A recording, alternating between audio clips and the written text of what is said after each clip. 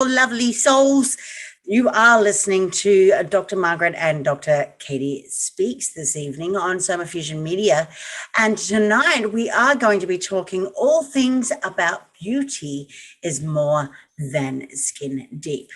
Now, we often say that things are beautiful. That person is beautiful. This painting is beautiful. The coffee cup is beautiful. And then you proceed to abandon it for the next beautiful thing that catches your eye. But wait, didn't you just say it was beautiful? Why'd you just throw it away? I'm glad you asked, young grasshoppers out there who are listening tonight. Let's have a conversation about the meaning of this often lauded but ever elusive concept, beauty. The way I see it, beauty is much like the word love. It has been used and abused to the point of being almost meaningless. It's often used in ways to describe the pinnacle of perfection, when in reality, the word has been attributed to so many, or so often, so much undercover trash that its true meaning has really been lost. Now, this is not, of course, new news. Anyone who slows down their capitalist, consumerist body clock enough to meditate on the idea of beauty in this world today, and they'll probably agree, yeah, that's not really beauty at all. But with all that said, I would like to formally declare that I am on a mission, and like all of you should be on missions. We want to give back beauty its power. And with that said, we will be talking about what it means, what exactly we'll toss around our ideas of what beauty means to us and how we have grown up as women, especially Margaret and I. Of course, obviously, we can't talk for everybody, but, you know, there are men out there that perceive beauty as something else. Maybe the fatal attraction. But then we want to talk and interact with you guys who are listening tonight to introduce Margaret will be introducing her secret about how she keeps herself looking so young and active with her beauty, introducing crystal acupuncture and what it's personally meant for her in her awakening in her soul vibration. And with that said, I'm going to pass it over to Margaret, and she's going to tell you all about her meaning of beauty. Well, actually, when I was a little child, as you know, most people know by now listening to me, I was born during the war, World War II. And so after the war was over, the women, by the way, didn't have any hose. They had stockings and they couldn't buy them because of the war. So guess what they were doing? They were taking their eyebrow pencil and drawing a line up the middle of their calf to their hips, you know, way up. And my mum did that too. And then she would come and say, do my seams look straight? Because back in those days, stockings had seams at the back of the leg, because that's the only way they knew how to do it. And if you went out with bare legs and hairy legs or anything like that, that was also bad in the armpits and all that kind of thing. And I will fast forward into my early teenager years when there was a revolution starting with the women in those days. And they were deliberately keeping their hair on the body to make a point that beauty is not about treating the outside. And so, you know, that was sort of a major kick in for me, because I never had too much of a problem with my appearance, because believe it or not, when I got married first time, I was 20, and, you know, I had long hair like I have now. I always tend to have long hair throughout my life. And this person came in, and we were just married. And I just washed my hair, and I was drying it by a coal fire. Can you imagine that now? Today we've got hair dryers and all super duper things. We'll talk about that later. And this man thought I was my husband's daughter. That's how young I looked. So I'm not saying all my beauty is to do with creams and things, because I don't use many, but I've always had a young face. And there are some people who do, and there are some people that I had, like friends in school, who to me, they were the same age as me, but they looked older. Their face was already getting lines and wrinkles, and I'll talk about why in a while. And, just to start people off who are older, who might be listening, have glance back to the models that you were watching, like grandma and mum. And as I was saying to Katie before we came on air, my mum used to buy this really red lipstick and really red nail varnish because that was what everybody was pushing. And I think it was Revlon, and it was the only company that was producing it at the time. So, there was always a lot of money in any product that the people were putting out, even in the times of post-war. And I remember my mom, getting really angry because she was running out and she was going to church and she wouldn't look the proper style to go to church, because in those days we had to dress up and look beautiful, whether we're going to church or getting on a plane, a train, or anywhere where we're going, on the bus, the public eye. And now today we don't even bother about makeup when we get on a plane, train, boat, or whatever, just to put the idea forward that beauty, and if we go back to Egyptian times, and I was talking, just this week with some of my Egyptian guides who were telling me, back in those days, because there was not the fresh water like there is that we take for granted, and all the things. So they would bath in milk, ass milk or whatever it was, to get rid of the stink. It wasn't so much to be clean, it was to get rid of the stink. And that brings my mind back to, I remember when I was in school, and there was one particular girl who always did not smell pleasant. And we ganged up together to think, how can we tell her? Because you don't tell someone you stink, So that's how far back I go in terms of me thinking about the beginnings of really sensing what is beauty. What about you? What happened to you when you were growing up? Well, for me, it was a very, very different. A lot of people who don't know who I am and my story, I grew up I had some really good, good times and really bad times, but a lot of the times that I remember and reflect on are generally through trauma and abuse. For those who don't know, I am a 29-year survivor of domestic violence, child abuse, sex abuse, and human trafficking. It's servitude and slave labor. So I have experienced a lot of the traumas that everybody out there constantly talks about as to, why they cannot heal. And I say that in a very, very light way. So I'm going to interrupt you because we're going to that later. I want to pull you back to, how did you first think about beauty? I mean, like makeup, because you're a whole generation younger than me. Well, for me, in terms of that, though, I mean, you got to remember that I was brought up in the 80s, and we had the clothing styles back then. I grew up with the shoulder pads, and I had the big hair, and I had the really wacky. I mean, there was the times of crisscross, so you could wear odd things back in the 80s. Then, of course, coming to the 90s, that's just for every girl that was going through the 90s, that was the Spice Girl era. So you had to identify as a Spice Girl or something of that appearance. You had to wear what they were wearing up on MTV. You had to mimic the celebrities of the time, pretty much. They really, I don't know if there was actually for me, though, there was a self-identity. Again, a lot of my perspectives on beauty relate to the traumas that I went through. And this is why it's so correlated, because the only reason why I would take up an identity is because I was traumatized by the abusive nature of my life. And so I took on other identities to shield myself from the horrors of making myself feel good. So how did you dress?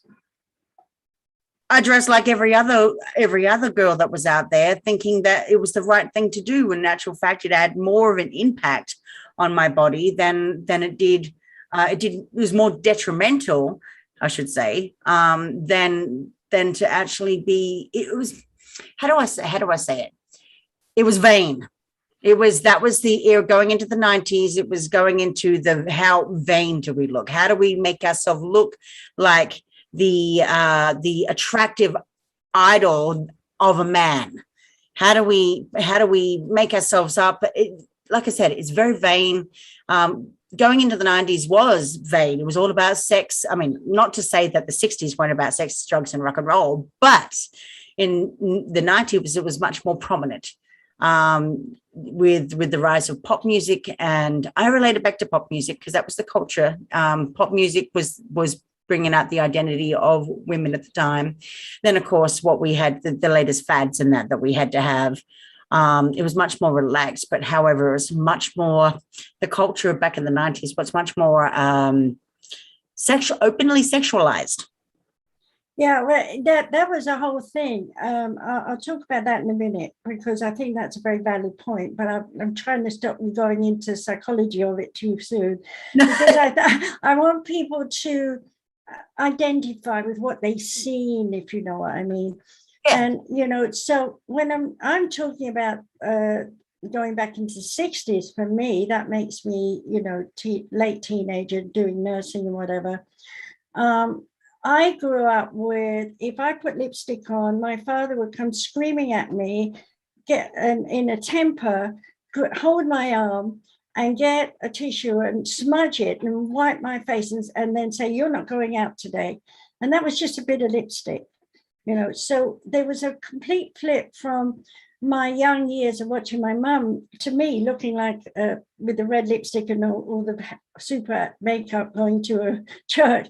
To me in those days, that looked like later in the 70s how the prostitutes looked, because they were putting all the bright red. And by then, mum wasn't wearing that, you see. She'd gone back to a lighter lipstick. And so there was a lot in England, the cultures, like I did a show just recently on it, but we had the upper class, the elite class, the upper class, the middle class, the working class, and the poor and the street people. And the bottom line was you could tell which class someone came from by the way they dressed, because there were certain etiquettes and ways that you had to look and behave. And when you were talking about going out for your generation and buying dresses that's similar, so you look like, paper chain lady, dressed in the same style and the same thing. I was more about, I want to make my own clothes. And my grandma taught me, and my mama taught me how to sew and knit and all these things. So I used to make my own dresses, and then I wore them out, my late teenage years. And I think I mentioned to you this privately, somebody ripped me off with my designs. And next thing I see them in the store being, my actual designs. Yeah. And it never crossed my mind at that time that I could have made a fortune out of that, as it were. And then I'm moving forward in time. Do you remember when we first started to color our hair? Well, again, in England, you color your hair. If you're dark, and I'm dark, by the way, originally, not dark, but mid-brown. And I remember, someone here in America, when I'd moved over here in the 80s, saying to me that I needed streaks, blonde streaks. And I was so steeped in that tradition, I can't put streaks in my hair because people think I'm a prostitute. Right now, if I go back in time to the 60s, my first husband forced me into modeling. Mm-hmm. And that was even top modeling and things like that. So I was very embarrassed at times to have to strip down to get into a tub or something, because nobody would let you wear a swimsuit and put bubbles all over the place, and all these different things that happen. And so everything in terms of my watching mum, watching grandma, and society and status and dressing a certain way all came out to, you have to look the lady and you have to look beautiful. So it was definitely surface awareness. There was nobody thinking about anything internal in those days. Yeah. And so I was pulled into that and would, save my pennies and go out and buy some super hairdo or, coloring or whatever it was when I could do it, when I finally let the barrier down. And I remember I went home with blonde hair, and my mother looked at me and she went, "What have you done to your hair?" Meanwhile, she's at the hairdresser having her hair colored all the time, but she didn't think. And then one day I came home to see her, and now she's in her 70s and she's pink. She's got pink hair. So the point here is it was still external. Do you understand? For her, everything was appearance and external. And my generation learned that. And it was only when I had my breakdown that I started to realize, where is my beauty? Because, when I died, I looked like a prune, In fact, I still have a job keeping water in my body. And so there's a lot of psychological things here. For example, let's go back to school. Were you ripped at school for looking a certain way, a certain dress, or having your hair in a certain way or anything like that? My hair, definitely, yes. I back when I was would have been 12 years old. I was taken to a barber. All my hair was chopped off. I looked like a boy. I got used to for a very long time having my hair really, really short. So I always took on an androgynous appearance because I basically was led to believe that I wasn't good enough. And I had my hair cut short when my mother decided it was too much bother to braid my hair every day. And incidentally, we both braided, by the way, and we neither of us knew we would. But that's a trip back into the past for me. That's partly why I did it. I did it yesterday as well. Plus we had the wind, so there are so many things that stay in our consciousness, and that's why I wanted us to talk about it before we go within, of the influences. So another thing that came to my mind, do you remember all the catalogs that used to come in the door? Because I know that kept up for quite a while, and we still get some today here in America, where this is the latest dress. Only costs, we're going back in time, only costs $100. Well, that was like the average person, they're only earning $10 a week. So, but people would do that. They would put themselves in debt to get that outfit. And the men too. Do you remember how much a suit cost? And every man had to wear a suit. So it's not just us women. And now we're complaining about how the cost of clothing and where it's coming from, rather than how it actually looks in our own bodies.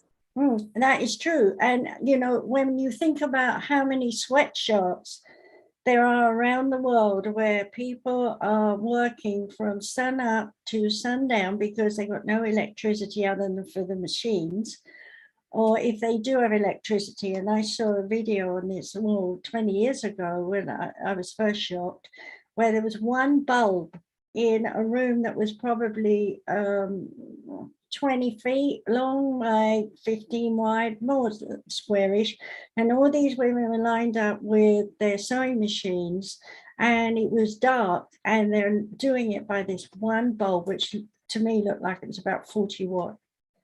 And I remember thinking, I wonder what is happening to their brain through the eyes. And I'll go into that later as well. But those are the kinds of things that we didn't think about back then when we were young. It was all about find the best shop that has the cheapest clothes, that looks more in the styles, a rip-off of someone else like me. No, there was no rules about ripping people off, so you couldn't do anything anyway, and no who had the money to take people to court, nobody. So the fashion was one of the biggest rip-offs that I learned about in my 20s, being a model, in Hyde Park and hanging on rails, and up in Scotland, hanging around a lamppost. It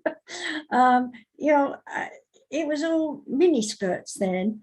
And I went back home, to my mother again to visit, because it was on the way back to my home where I live. And I hadn't even thought about the fact that I had a frock on that was like 2 inches below my private, And I also had bloomers on that went with it, right? So I thought I looked pretty. I walked in that mum's place and she looked at me, she said, get that dress off. You cannot show your legs. Now the girls get on the boats and flash.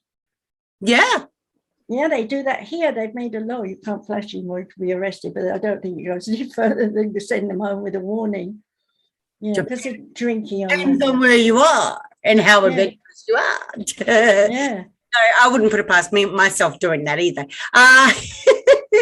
Not that everybody needs to know that, but anyway, I will say that, you know, though the other thing is too is that I just want to bring up in terms of fashion is that we there are a lot of, especially and I'm speaking for people that are bigger in size, that do have who are overweight or obese. They walk into stores and they see all these Chinese, it's like body dysmorphia.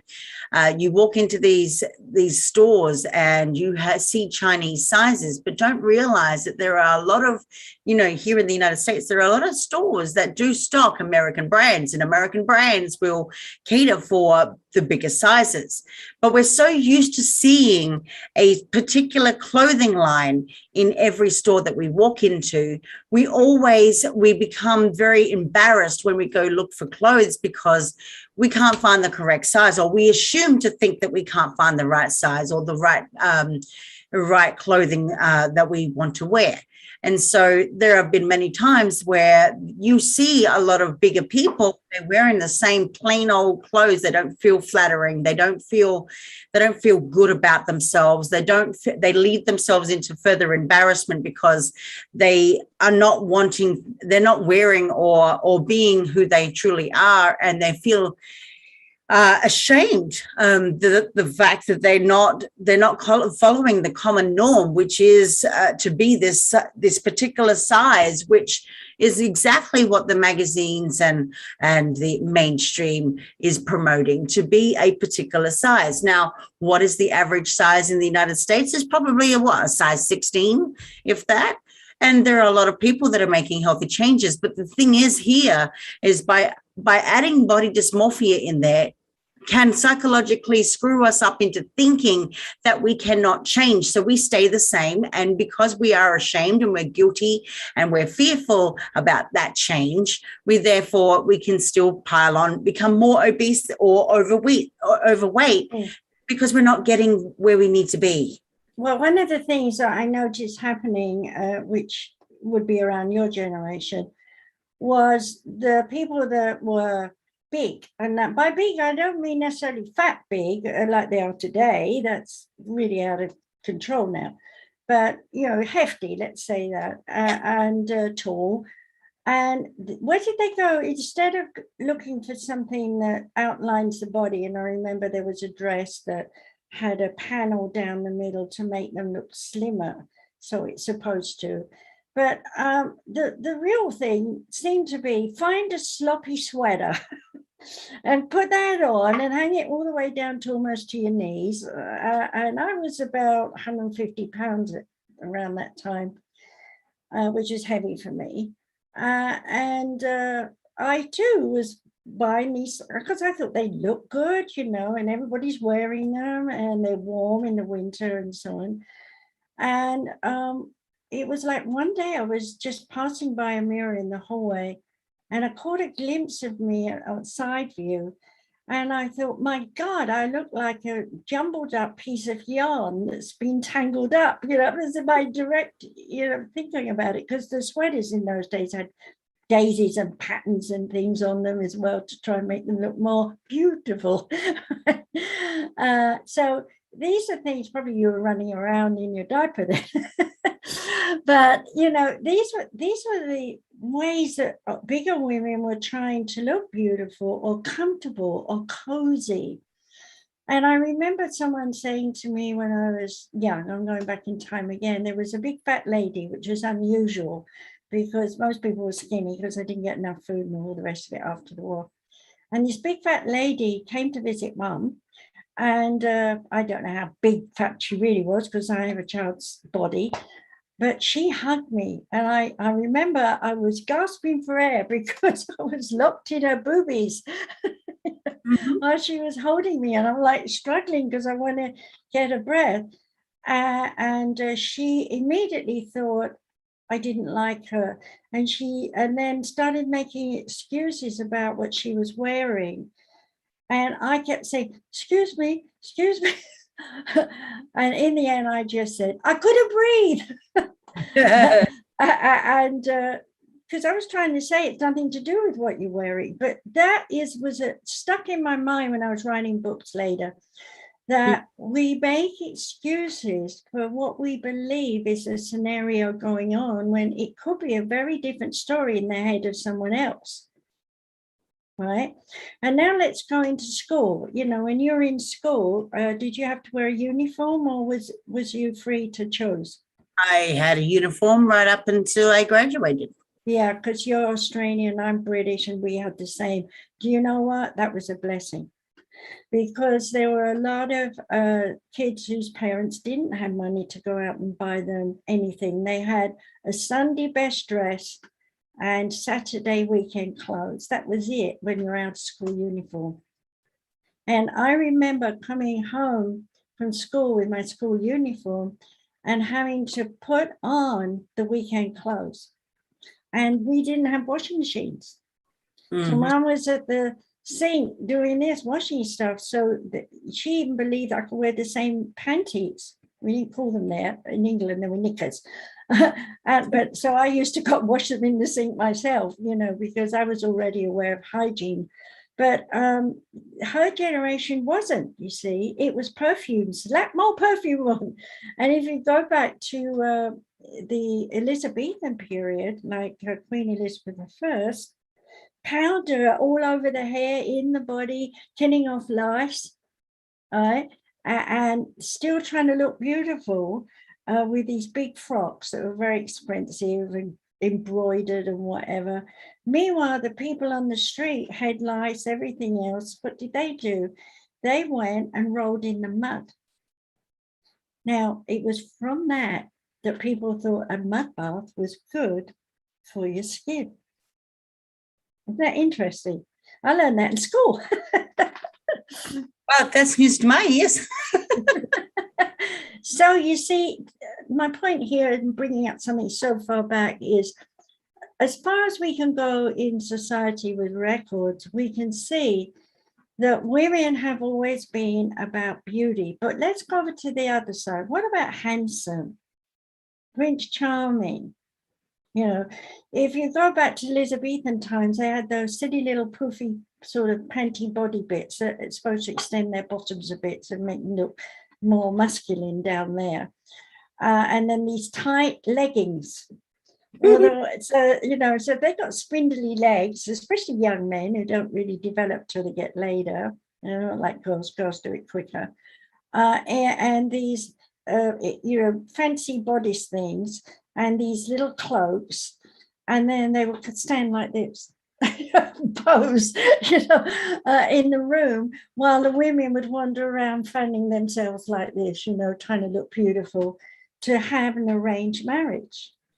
And if I flip over to Japan, and my experiences there from 86 onwards, the kimonos were so expensive, millions of yens, and everybody was saving their pennies because they had to wear these to special events, and there were several special events on and off through a month. And, to put them on, many layers, many layers. And I asked my interpreter, I said, what's all these layers for? It's tradition. That's all, tradition. Well, what does it? Well, the first one is sweat. All your sweat goes in there. Now, can you imagine you've got about 8 layers, how hot you are? And then you're all bound up. And if you go back into China, the idea of a wife meant she had to have her feet bound. That means her toes are pulled under like that, so that her feet were petite, so she could walk in those silly wooden clogs like this. But there was another reason behind it. She can't run away. But where would she run to anyway? She got no money.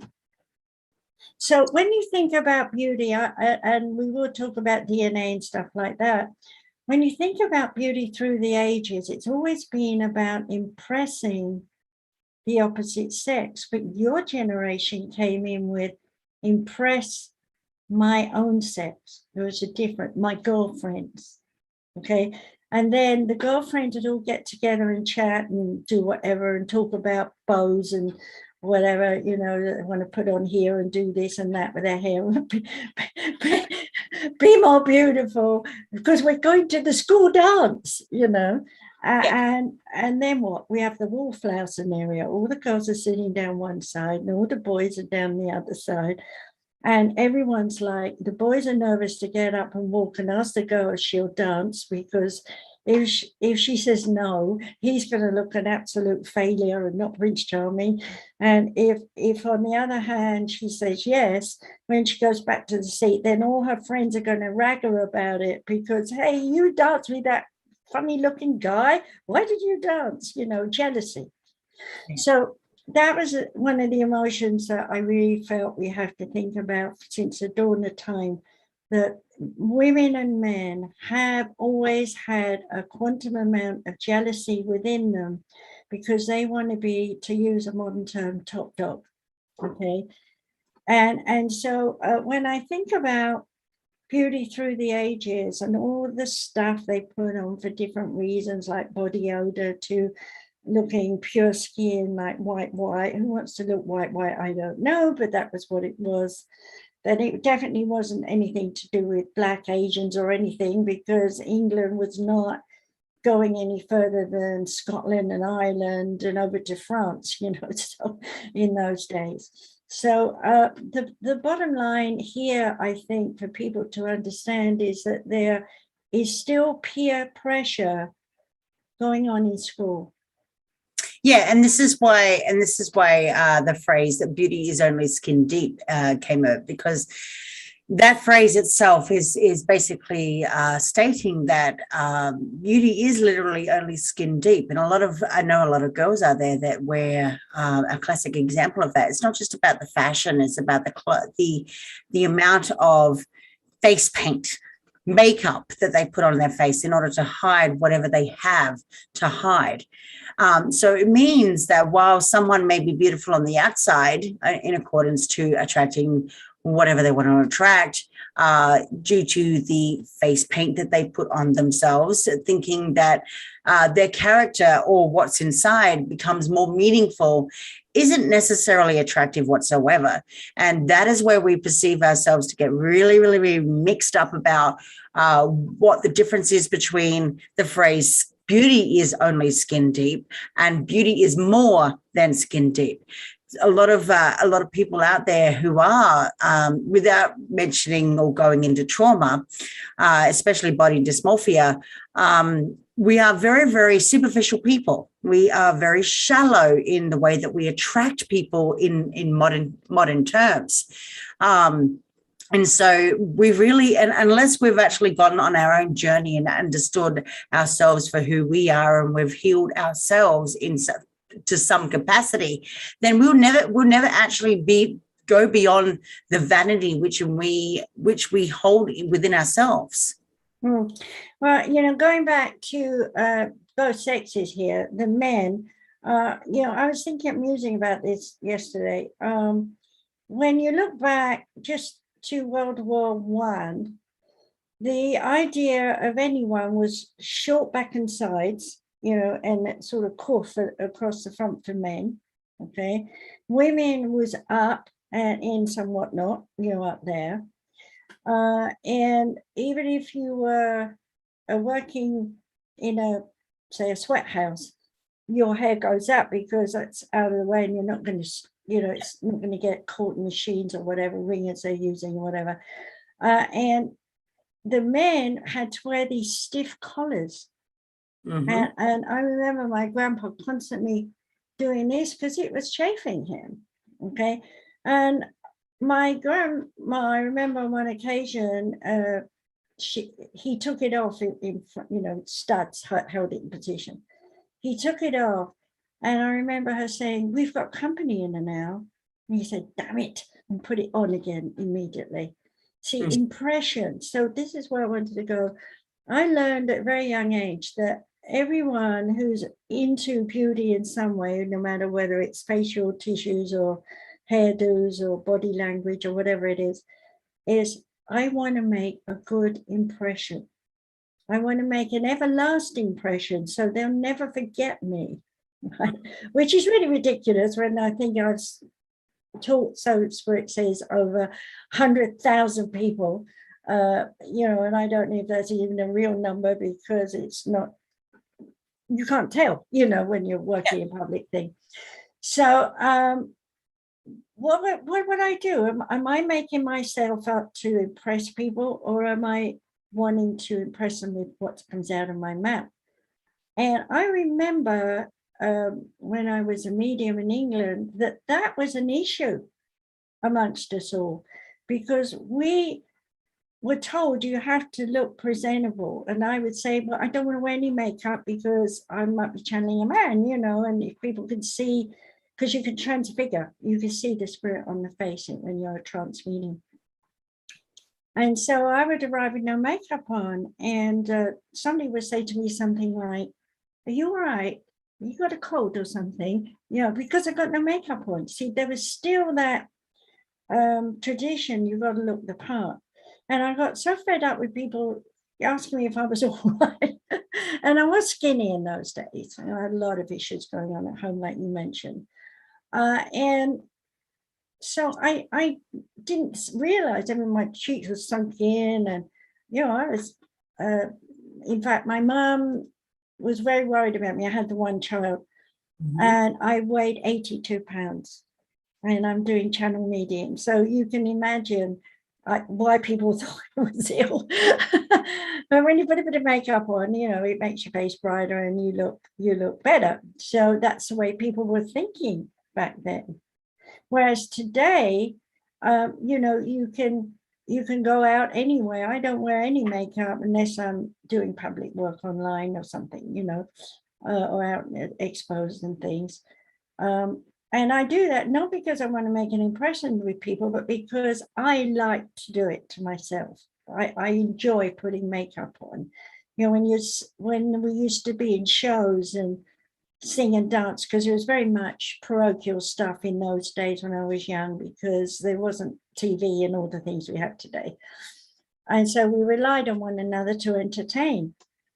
And I used to love putting on makeup and putting on wigs and things like that. And the same with modeling, you have to put on wigs and false pieces or whatever. And it was really fun to do. To me, that was like acting in a play. But today, I notice when I say to the young ones, would you like to dress up and have a makeover? It's like, oh, yeah, but oh, no. And it's like, why are you sort of vacillating backwards and forwards between it? Well, if I see myself as beautiful and I can't do that every day, I'll be saying I'm ugly afterwards. It never crossed my mind. Never crossed my mind to judge myself without makeup.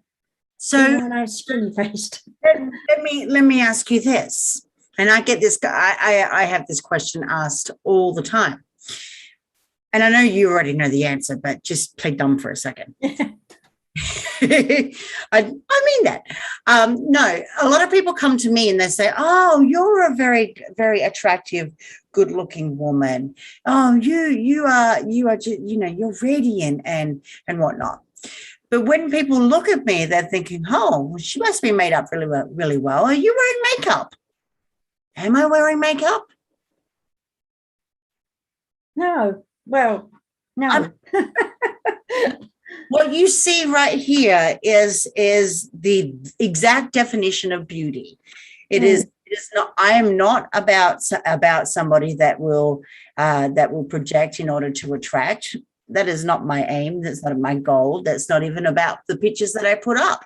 Even the selfies that I put up, they are all taken by me. Even the ones that look professional are all taken by me. They're out in the sunlight. I just have a way of photography. That's all it is. But outside of that, nope. I do not wear makeup. I hate wearing makeup. I only put makeup on if I'm in an absolute a business meeting or it's an absolute necessary thing to do. But outside of that, I am more than happy and comfortable in my own skin in order for me to make an appearance up in here for all you guys to see, to say that, you know, beauty is only just literally superficial in terms of the fashion and the makeup that we are promoted to wear.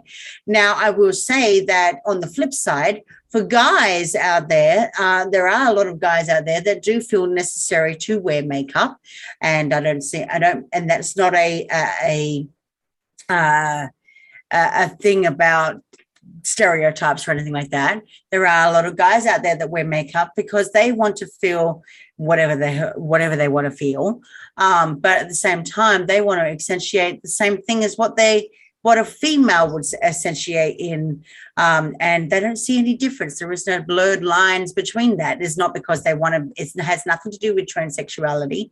It has nothing to do with cross-dressing. It has nothing to do with any of those terms associated. It's because they just want to feel, there are a lot of guys out there now, and we're in the modern terms, there are a lot of guys out there that want to feel a little more feminine. They want to get in touch with their feminine side. And so that there are like rock stars. We knew that rock stars would wear the heavy eyeliner and all of that, but it's now become socially acceptable with the age of plastic surgery and so on and so forth, that makeup is now the shielding guideline as to cover up for men and for women. And I'm one to advocate for men as well, for body positivity, because men are also suffering as well. They have been projected as a way. They've been told they should be a certain way, or should dress a certain way, or should have the abs a certain way, or should have the dad body the certain way, or have their hair done a certain way, their facial hair done a certain way. And yet, when you're actually saying what I was going to say when I was starting around with the collar.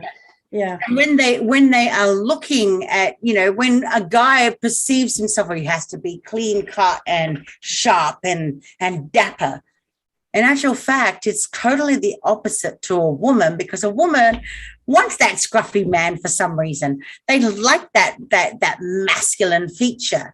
And yet, when they're trying to attract, they're like, oh, okay, maybe this guy is just into his feminine side, and maybe it's just a little, I don't know, out there or something like that. I don't know. I'm going to interrupt you. I'm going to interrupt you because I don't think the average guy on the street is actually wearing makeup. Well, no, I'm not saying that. I'm saying that it's more. It is now. I don't know, just as influential as for men as it is for women. I'm not saying that all guys do, but you got to remember that too, going into the late 90s, for guys, the term metrosexual came in. That means the dapper man, the clean-cut, sharp-looking man came in, the office-type businessman came in. That was what was on the go at the time. Well, you know, if I was to sort of think about men in over the changes, like women go through different types of clothing as they're in and then they're out, in and out, and so on. And I don't think it's any different. I mean, you know, I've been married 3 times, so each one of my husbands, I've gone through different periods of clothes that men wear and how they look and appear. And I remember it was a big thing to have a part, you know, or parting, as we say in England, for the men to have it and brush it over one side when we're young. I even did my boy's hair like that for a while. And then it became pudding basin. You have it all down all over your head, you know. And then the next thing I knew when I met Steve, my last husband, was perms. He had curly hair when I met him. And I remember him sitting down there saying, Margaret, something I have to tell you. And I said, well, it looks so serious, you know. And he said, well, my hair's permed. Oh, really? You know, so he said, yeah. He said, but I have to have it done every month. Well, guess what? I permed his hair every month for the rest of my life until he was gone. Well, this is why I'm bringing up the metrosexual man, because the metrosexual man is I don't know that term. Explain it for those who don't know it, because I don't know it. Okay, the metrosexual term. Can you not shout a bit, because you're getting excited. It's definitely like when you were talking earlier before we aired. That was about right. Yeah. Okay, so the metrosexual man is basically someone that you would see up on GQ magazine. They are the guys with the abs and the ones that are looking sharp and dapper, with that hair gel in their hair, and these are the guys that take their appearance, their appearance, so to speak. They're really meticulous and tedious with their grooming and their beauty treatments. These are the guys that will go out and get manicures and pedicures and their grooming regime is completely way out there. And they literally go along and have a huge interest in fashion. They really have a sharp and refined sense of taste. And they're usually associated with liberal political views. Yeah, that is exactly right. As I was saying, you could go back through history and you're going to see it in the men's world all the time, because they were the leadings. They're the ones that got on ships and went and conquered everyone, while the women stayed home. So I don't think we've changed much in that perspective in terms of traditions and history and all of that. I think what has happened, and we're going to go into this in deeper in a minute, but I think what's happened is we've started to realize that impressing, I used that word before, impressing one another with the outside is nice for the attraction. You know, what's that song, Some Enchanted Evening, across a crowded room, you know, that kind of scenario from South Pacific. You remember that song? No. Some enchanted evening, you may see a stranger, you may hear a stranger across a crowded room, and somehow you know even then that somewhere I'll see them again and again. I'm not singing properly, obviously, but that you know, to get the words out. But we have that instinct now. Whereas with my dad's period, when he met my mum, it's like, this is the chance. Ask her now. Do you want to marry me? I've only known you 3 weeks, but I know, and I've got to tie this down. Whereas now we're more about, oh, he's nice, but, you know, I want to flap my wings and fly a bit. And I've got people around me here, or even up to my age, who are traveling back home, wherever home is, and coming back with girlfriends or boyfriends. Mm-hmm. That they knew when they were in school together. I got 2 or 3 around me here that's happened to. And I'm like, oh, yeah. So we change, we adapt as the years go by, but there is that something in the teenage years where we are knowing that someone is important in our lives, and that's where we go into our psyche. And here I'm saying, when we bring in psychometry, the psychic sense of feeling, and you're with someone who dresses like you, walks like you, talks like you, you in the old style would have said, we make good company. Yeah. And in being in good company, we have certain traditions, certain ways of behavior. Like on Sunday, we walk in the park. And I did that with my parents, you know, for quite a while. Every Sunday there was a band or some actors singing, or something, not actors singing, actors acting, or singers singing on the Sunday, and everybody would go to the park for the entertainment. We don't have anything like that anymore, and I'm missing that, because all we do is sit in front of the TV or the computer with a bag of popcorn. Mm-hmm. So how are we going to socialize? How are we going to meet?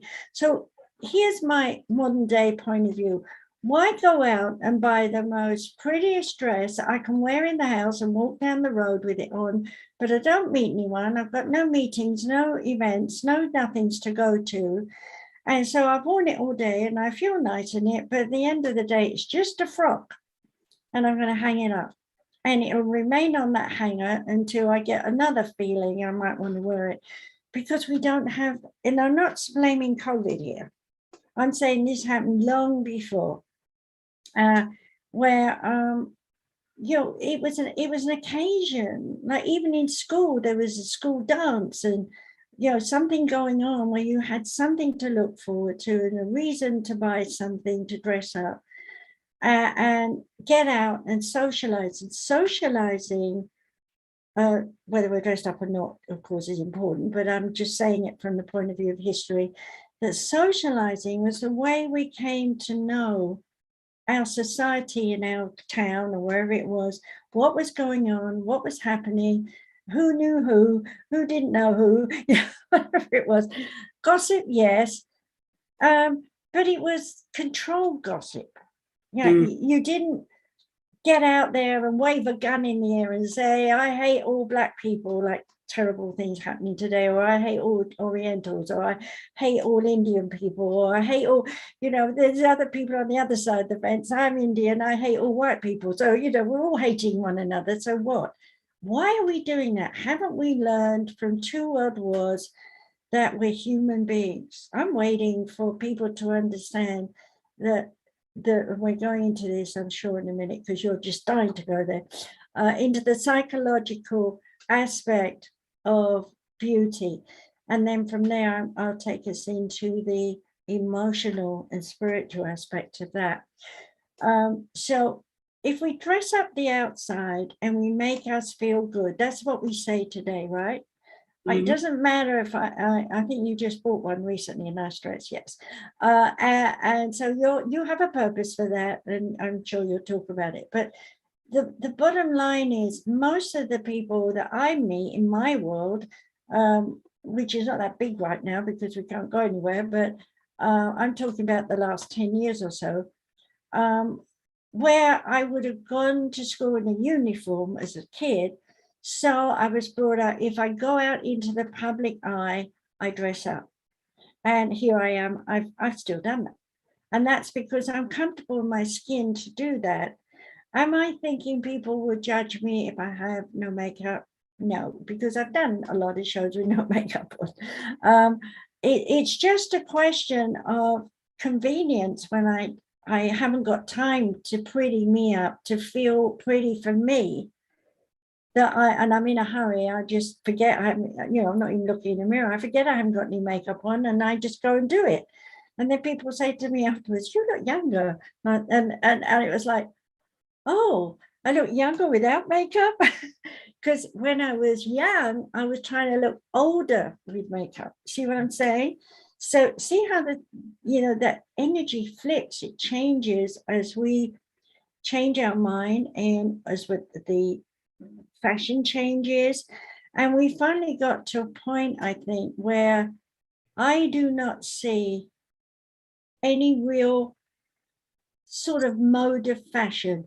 I just see people, like if I'm watching a talk show or something, they can come on with the weirdest concoction of clothes, or they could come on with a mini skirt and a pair of shorts, depending on what they want to wear. And nobody bleeps about it. Nobody thinks about it, unless you're a magazine editor and you're looking for that kind of work. And who reads it? Not most of us, maybe teenagers. Nope. So we don't have any standards in the way that it was when I grew up. Okay. Did you have standards anywhere? I don't remember being given any standards. However, those standards that can be perceived were used to form an identity. And that is where the definition of beauty has gone awry, because the way that we perceive beauty is basically dogma. Literally dogma. We have to form an identity because we don't know who the hell we are. Mm-hmm. So that's right. And when you think about the facial, like my sister, she puts really black. I mean, I've got little black on my eyelids, but she'll do really big black things, which is back from the 60s. Mm-hmm. She hasn't changed the way she makes her face up in years. That's her style, and that's her way, and that's how her family and everyone around her, her friends, love her for that.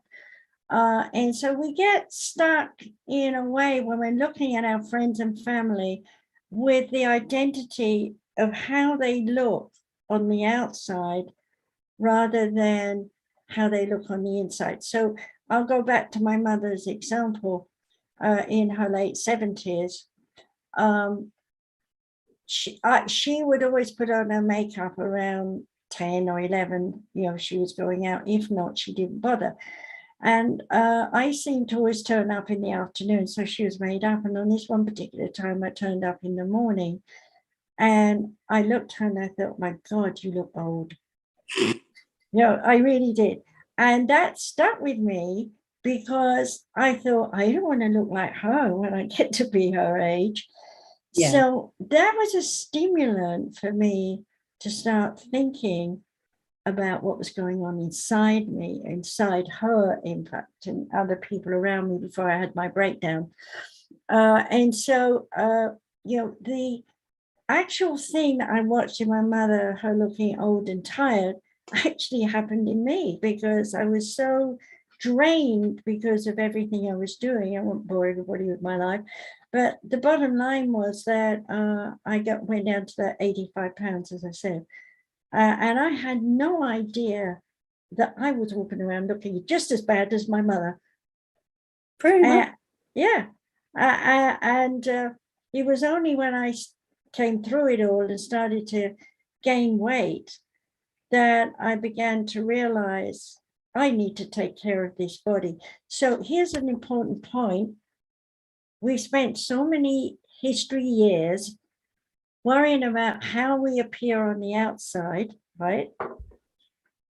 And now, what was it, about 80, late 70s, early 80s, when we started to talk about psychology. I was already studied it and doing it, but the average person on the street in England didn't want to talk about psychology and psychiatry because it meant, if you knew about it, you are either got someone in your family who was in some institute, which is a degrading thing to society, see what I mean? Because they can't handle their issues and stiff upper lip and all that, or they were alcoholics, these kinds of things. And so they were stuck in institutes to dry out or whatever. And that was a total, really, of psychology. I know we had Ericksonian and all these different things that came in afterwards, which I obviously studied, which brought society to an awareness that what we think affects what's going on inside. So here, I know you've been dying to say something, so talk about what you've experienced psychologically. I've experienced psychologically. Well, first, before we go into that, I just want to bring up another little term here too. You mentioned about women becoming, of age to become attractive to the other of the opposite sex, I should say. What about if we include debutantes in this? Oh, well, I had that shoved down my throat too, because well, the thing was that I come from a history background of royalty and so on, and I know you do in yours too. But my dad was the last of the line of upper lip, and all snobbery and all the rest of it. My mother not so, because her father had divorced his original wife, who was actually the Wills family of cigarettes. So they were up there, So he married underneath himself when he married my mum's mum. That was a bad thing for a man to do in those days. But hey, most men were going to vaudevilles, and there was some pretty things singing on stage, and they carried them off, and that's what he did, and he married her. Nothing wrong. Mum was born within the wedding bell, so after the wedding bell. So there was never any snobbery on my mum's side, because he married underneath him, and she had to learn to live with a cook and someone who came in and made the beds or whatever they did, for a while, until they ran out of money too. But, these status things were in my dad to the point of snobbery. Mm-hmm. And so it didn't matter who I was with, they weren't good enough, they weren't our class. And whoever I brought home, if it's, even kids like boys at 7 and 8, what's their father do? Oh, he's just working on the railway, that's nothing. Well, of course, that made me furious. And so at a very young age, I learned intellectually by listening to my father that it doesn't matter what class you're in. It matters that we have a syncopation with people, that we're in sync with how we feel with them. And that brings me back to the psychometry. So, I remember going to church and sitting next to some people who were like, looking down their noses kind of thing. And I'm sitting there like this, but I don't want to be next to them because I can feel all that in my aura. But the problem is that debutante, especially in terms of debutantes, and the way that we class ourselves in terms of finding or attracting a mate is it still exists, still very much Yeah, exists. but when you say debutante, I don't know if your thought about it, because you're so much younger than me, than my thought. You see, a debutante in my day, High society. you went into high society, but you had to learn French fluently. And you had to have some sort of background in Latin or Greek, which my dad threw at me all the time, and I was useless. I spoke French, and mostly forgotten today. So much for hard work trying to remember it. But we had to be able to learn to sew, knit, all these things, which my grandmother taught me anyway. But you were supposed to go to this school in France where you would be taught all that and how to lay out a table. Now, you wouldn't be laying out the table. You would be telling the maid where to put everything on the table. You see, that's how home management, house management for when you become a wife. If you're working in a company, which was rare in those days, not many women did have high positions in companies. So if you were fortunate enough to have that kind of job, it's because you were a debutante, because you've been trained how to set everything up so the men can come in, do their thing, and then go off with their booze in another room, even during the day at lunchtime, is sort of business meeting, and make it happy for that man to do business. So in a way, what would being a debutante mean? I didn't want to go. I thought it was absolute waste of my time. And I'd gotten a lot of it anyway from upbringing. Yeah, and that's exactly right. It is pretty much training a woman to be a woman. That's really what it is. Yeah. And and yet, on the night of my mum's and dad's wedding, Dad had to explain what to do to make babies. Really? She did not know. Wow. That's how covered up sex was. And if you opened your legs for someone in those days, you were a prostitute. Wow. Yeah. Sorry. That there was no experimenting, really? No. After marriage, yes. Because obviously we found out that Mr. Prince Charming was already having an affair somewhere with somebody. And so after a while, she's neglected. She's given him his babies or whatever. And now she'll have her man on the side. And everybody knows, but we don't talk about it. And everybody comes to the same ball or the same dance or the same church or something. And it's all, I don't know, really. Or there'll be like a look, like daggers, from across the room. I know what you're up to. That was about it. Well, for those who are wondering, no, I did not become a debutante, but yes, I was actually given an opportunity to become a debutante when I was 16. So they. And where would they have sent you to be groomed? It was pretty much military. That's a whole different ball game now when you move into military. Oh yeah, because now there's absolute rules. Oh, there's brats. It's called being a brat. How to be taught to be a brat, a military brat.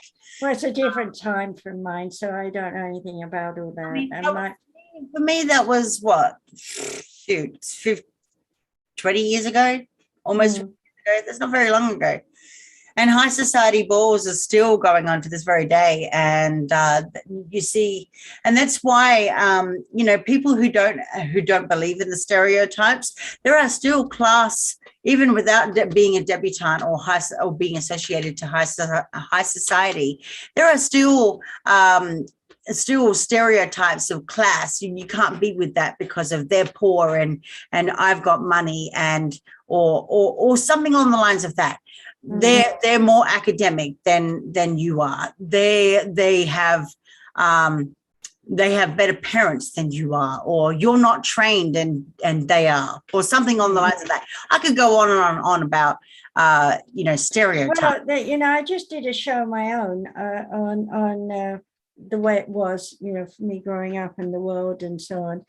I was talking about cakes and how you have to do things and different things.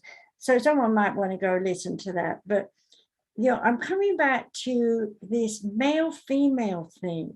That, to me, that was the dawning in your age group. See, you're young enough to be my child. Or old enough to be my child, whichever you want to look at it. Anyway, so with that period in time when my generation were having babies, we were bringing them up to have a whole different attitude about the world and the way to be in the world. But I did go out of my way to make sure that all my 4 boys were able to handle themselves in public in a proper manner, behavior-wise. And people used to say to me, whenever I was out and about, "Oh, I love your boys. They're so well behaved, and they do this, and they ask, may I help you here, and do this and that." And I'm thinking, why the hell don't they do that at home when I ask them to? I say the same thing. I've got too much testosterone in my house. It's crazy. Yeah. But even today, they're all in their 40s, pushing 50s. The bottom line is they are gentlemen. And I'm grateful, too, in a way that my father was also an influence there. He was very much a hands-on with all his grandchildren. And always digging his pocket, giving pocket money and telling them, have you earned it? Okay, here's a reward or something, whenever we visited. But there is something in the core of tradition. And what I want to say here, and we can talk about it intellectually, is to get away from the outside. We had a big change in around 1979, 82, where we went from appearances are important to what you think is important. And that was during the time when revolutions were happening between the societies and between the levels of integration between, say, the working class and the upper class, where they could come together and listen through unions and things like that started up. And it took a lot of teeth pulling and things in terms of people like my father who were, okay, so they want A, B, C. We've only got A and B. We haven't got C. What are we going to do? So there's a lot of upper class adapting. Meanwhile, in the lower working class, I'm going to extremes. Of course, there's a whole bunch in between. Oh, yeah. The lower working class were like, okay, this is really good that the upper class is listening to us, and we've written out as best we can the list of what we want, but it wasn't written like in a memo or they didn't know those things. So they would just scroll it out and come to a meeting with bits of paper, because it wasn't computer, bits of paper and notes on what they wanted to talk about. And the upper class was all about a meeting as you begin with welcome everybody, and then you do something, and then you do something, and then the secretary does something, and here's a report, and here's this. And these people are working class that come to these meetings And they think they're just going to sit down, they're going to say, okay, what do you propose? And it would be on with the show, as it were. And of course, there was a lot of umbrage between those two states where they weren't learning to come together. And I've watched over the years with all my teaching and stuff I've been doing, where they've come together so much so that they're no longer listening to one another. And when you think about, because they're defensive, they're instead of being sharing and working, they're in defense of protecting what they want and not thinking about integration. And when you see a country is all falling apart right now, not because of COVID, but because it is time for the world to start listening to one another, we are looking at battles, arguments all over the place, whether it's with violence, with guns, or whether it's, in our own Washington state, DS, where you are, that they can't agree. Look, we had a riot, in the Senate. I mean, God, anybody had asked, do you think that could ever happen, storming there? People would have said, absolutely not, a year ago. So what are we doing right now? And one of the things that Margaret Thatcher said in her maiden talk, from a spiritual point of view, from her at that time, was everything begins at home in the family. And that is true, whether you're upper class or working class. If there is no communication between parents and child, or child and parent, because something is in the way, they grow up dysfunctional. Mm-hmm. And that is what I see all the time. So what do you want to say about that? We're going to continue to see it, like history repeats itself. It's the very reason why we have a lot of problems in this world in the first place, is because we still can't carry on with those perceptions and thoughts that we have from the previous era. I would love to say that things would change, but I can't see it changing right now, because we're still stuck in that mindset that things are the way they are right now. Let me give you a silly little example. Susie, I'm moving my table with the wobbles. Let's say we both agree that we want to knit a sweater, okay?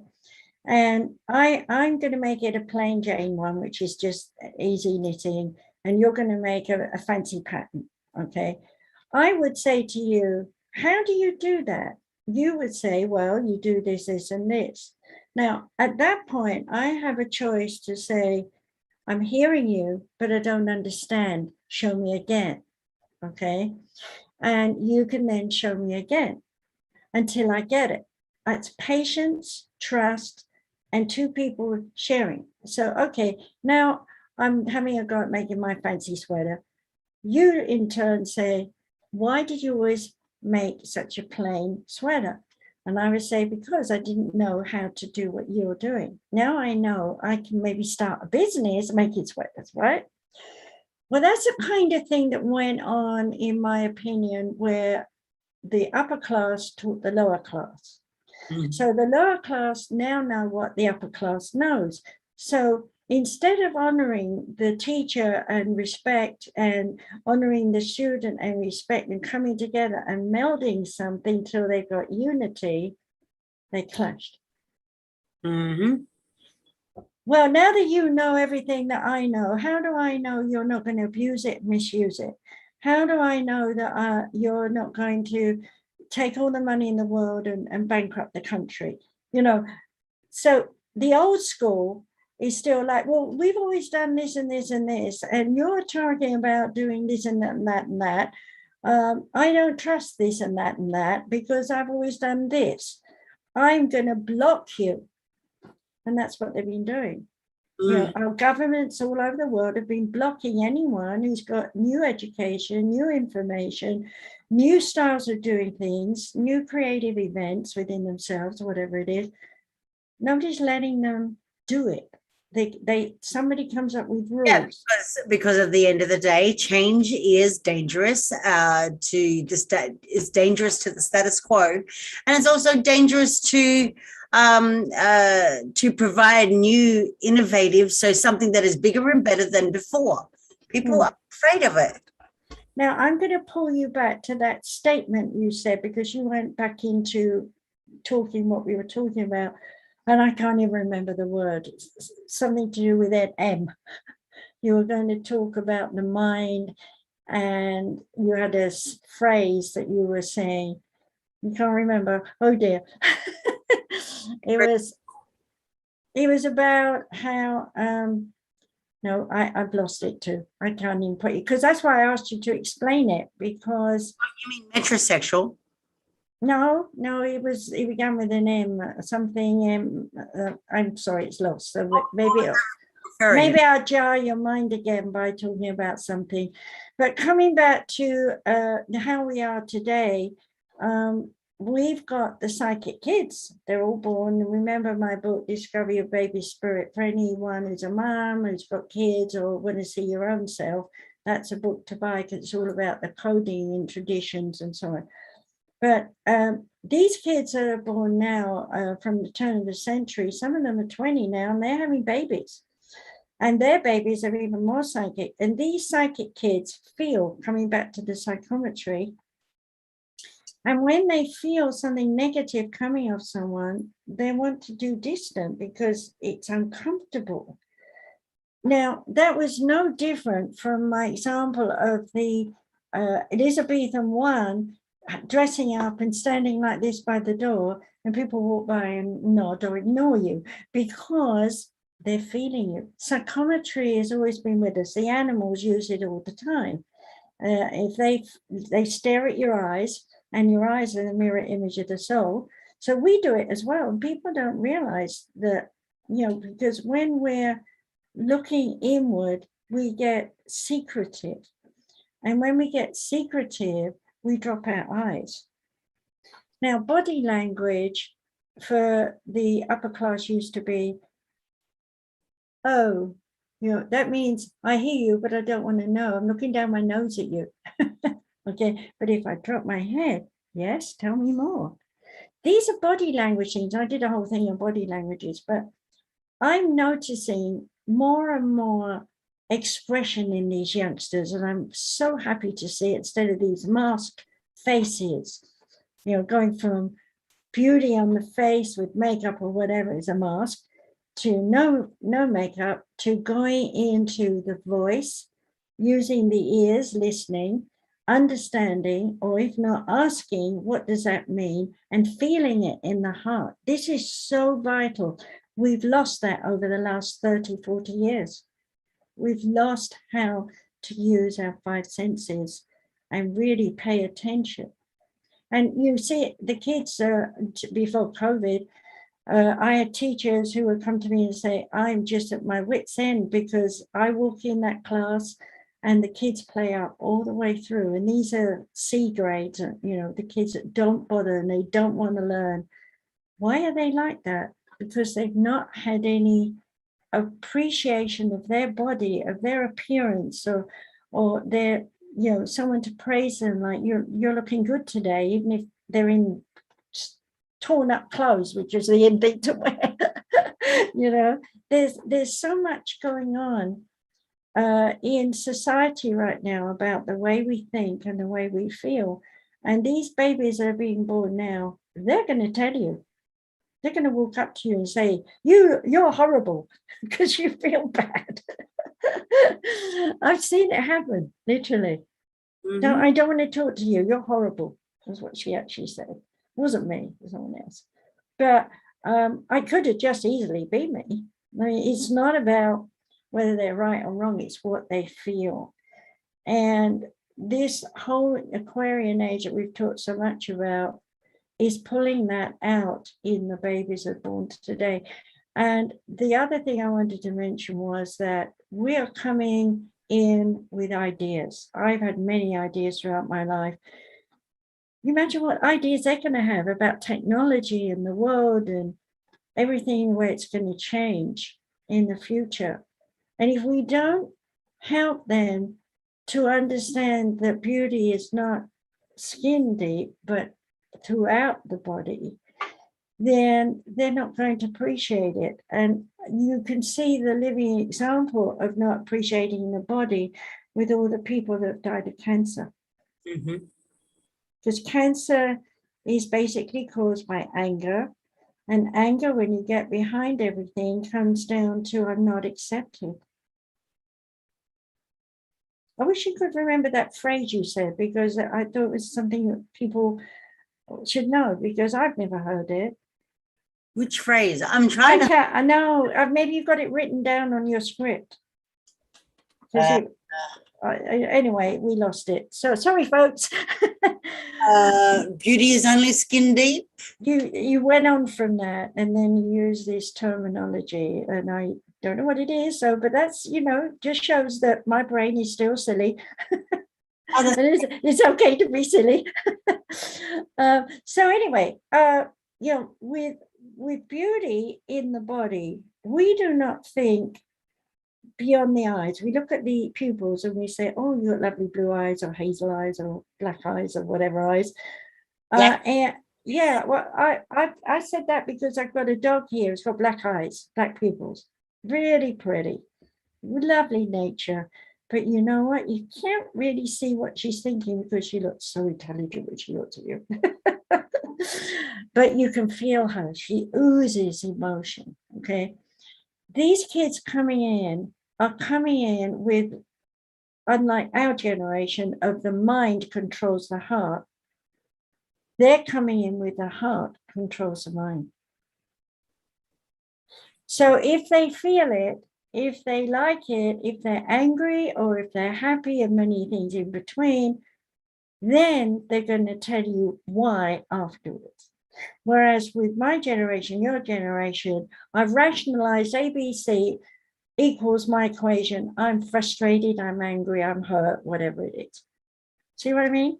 It's a flip. And so what I want to encourage people to realize is that this Aquarian age, okay, let's go another way. If you're thinking about the Piscean age, which great Piscean age, it's 3,500 years to come from, Egypt and stuff like that to where we're at today with sending people up in that shuttle to float around and have weightlessness and all the rest of it.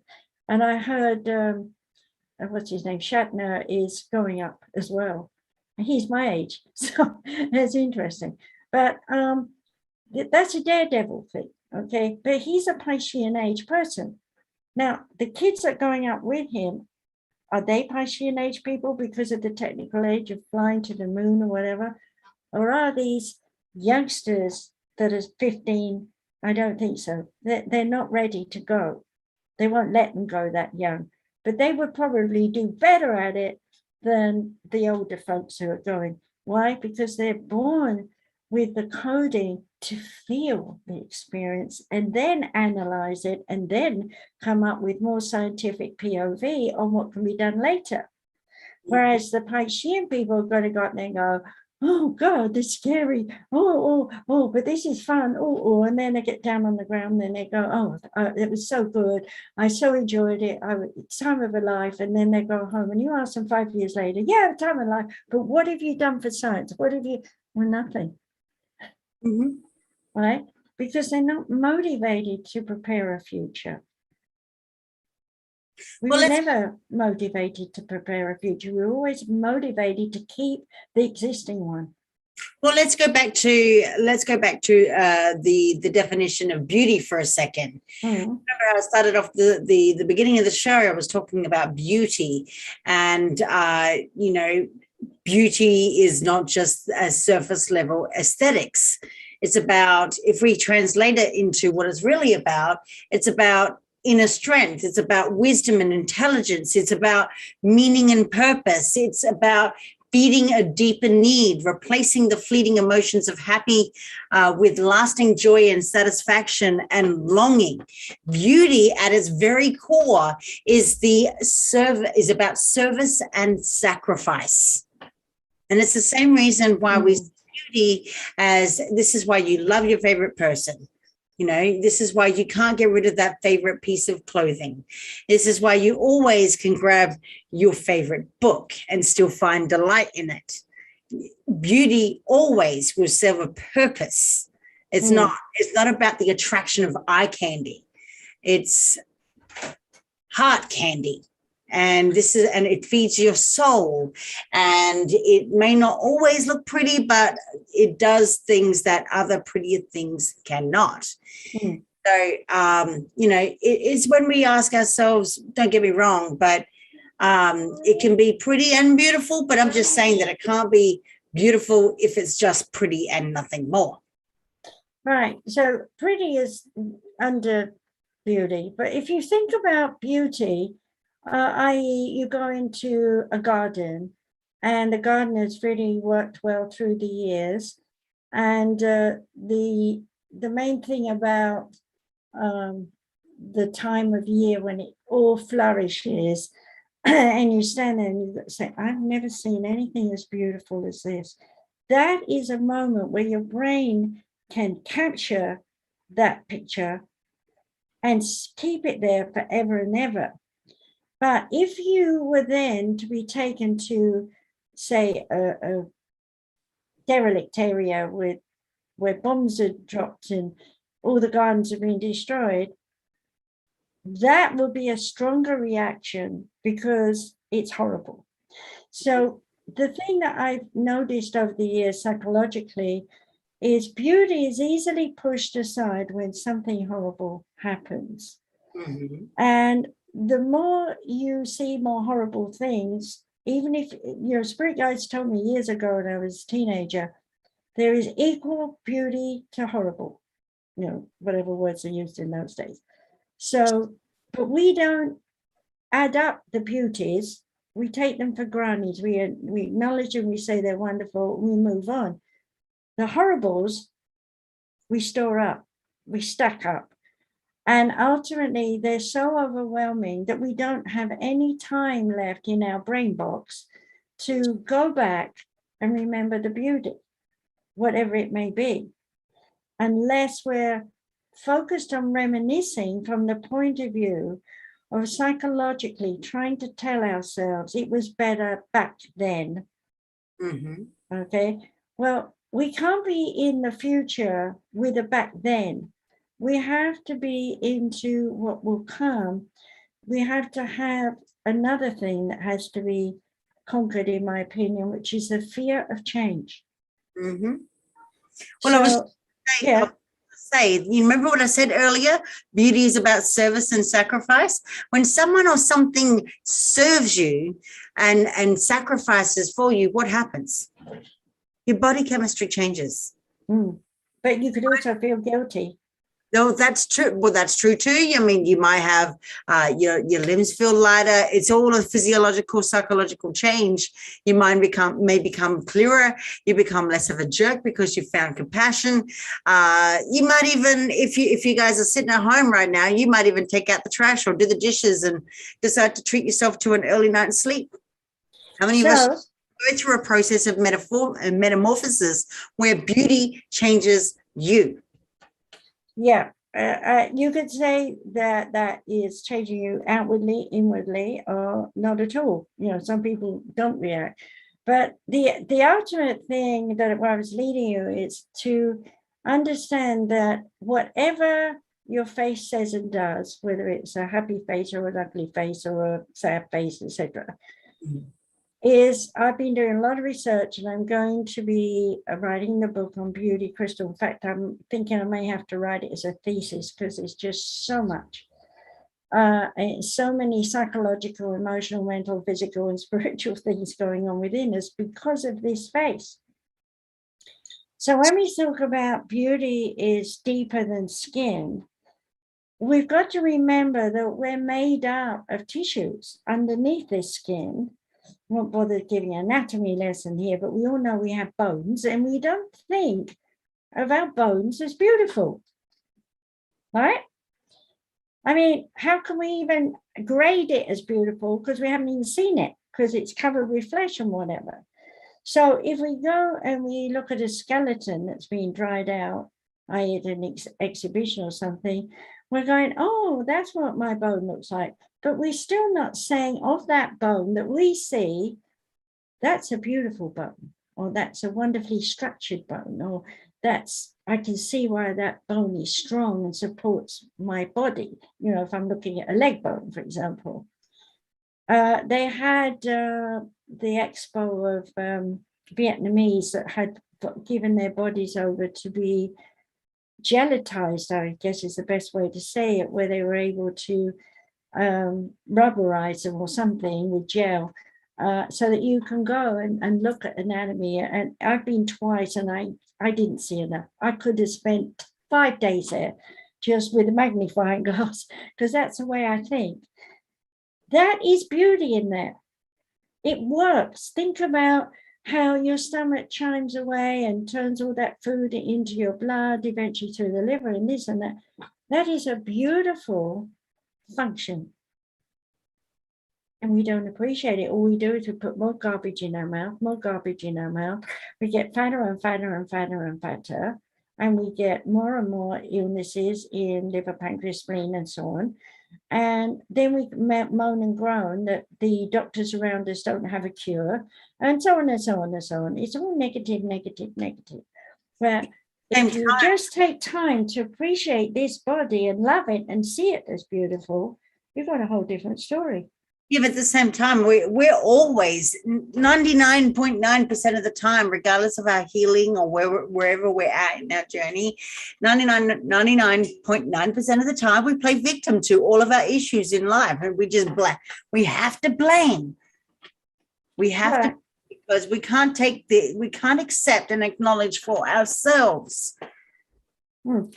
And to be able to turn away from outside influences and go inward to self does take a lot of discipline, because people in their conscious mind, which is a lie and a cheat, by the way, it always tells you lies, is rationalizing something like, well, if I take time out and I go on a sabbatical and I do ABC, my family is going to think I don't love them. My colleagues will think I don't want the job. They'll fire me. And the list goes on, that ultimately the original want to favor self and love self and see the beauty of this body is gone in the blink of an eye, because your brain moves faster than the speed of light. Exactly. So we are our own enemy. Never mind fighting someone else with guns. We're our own enemy in that we're constantly telling ourselves, I can't. Or I will, but next week, next year, sometime never.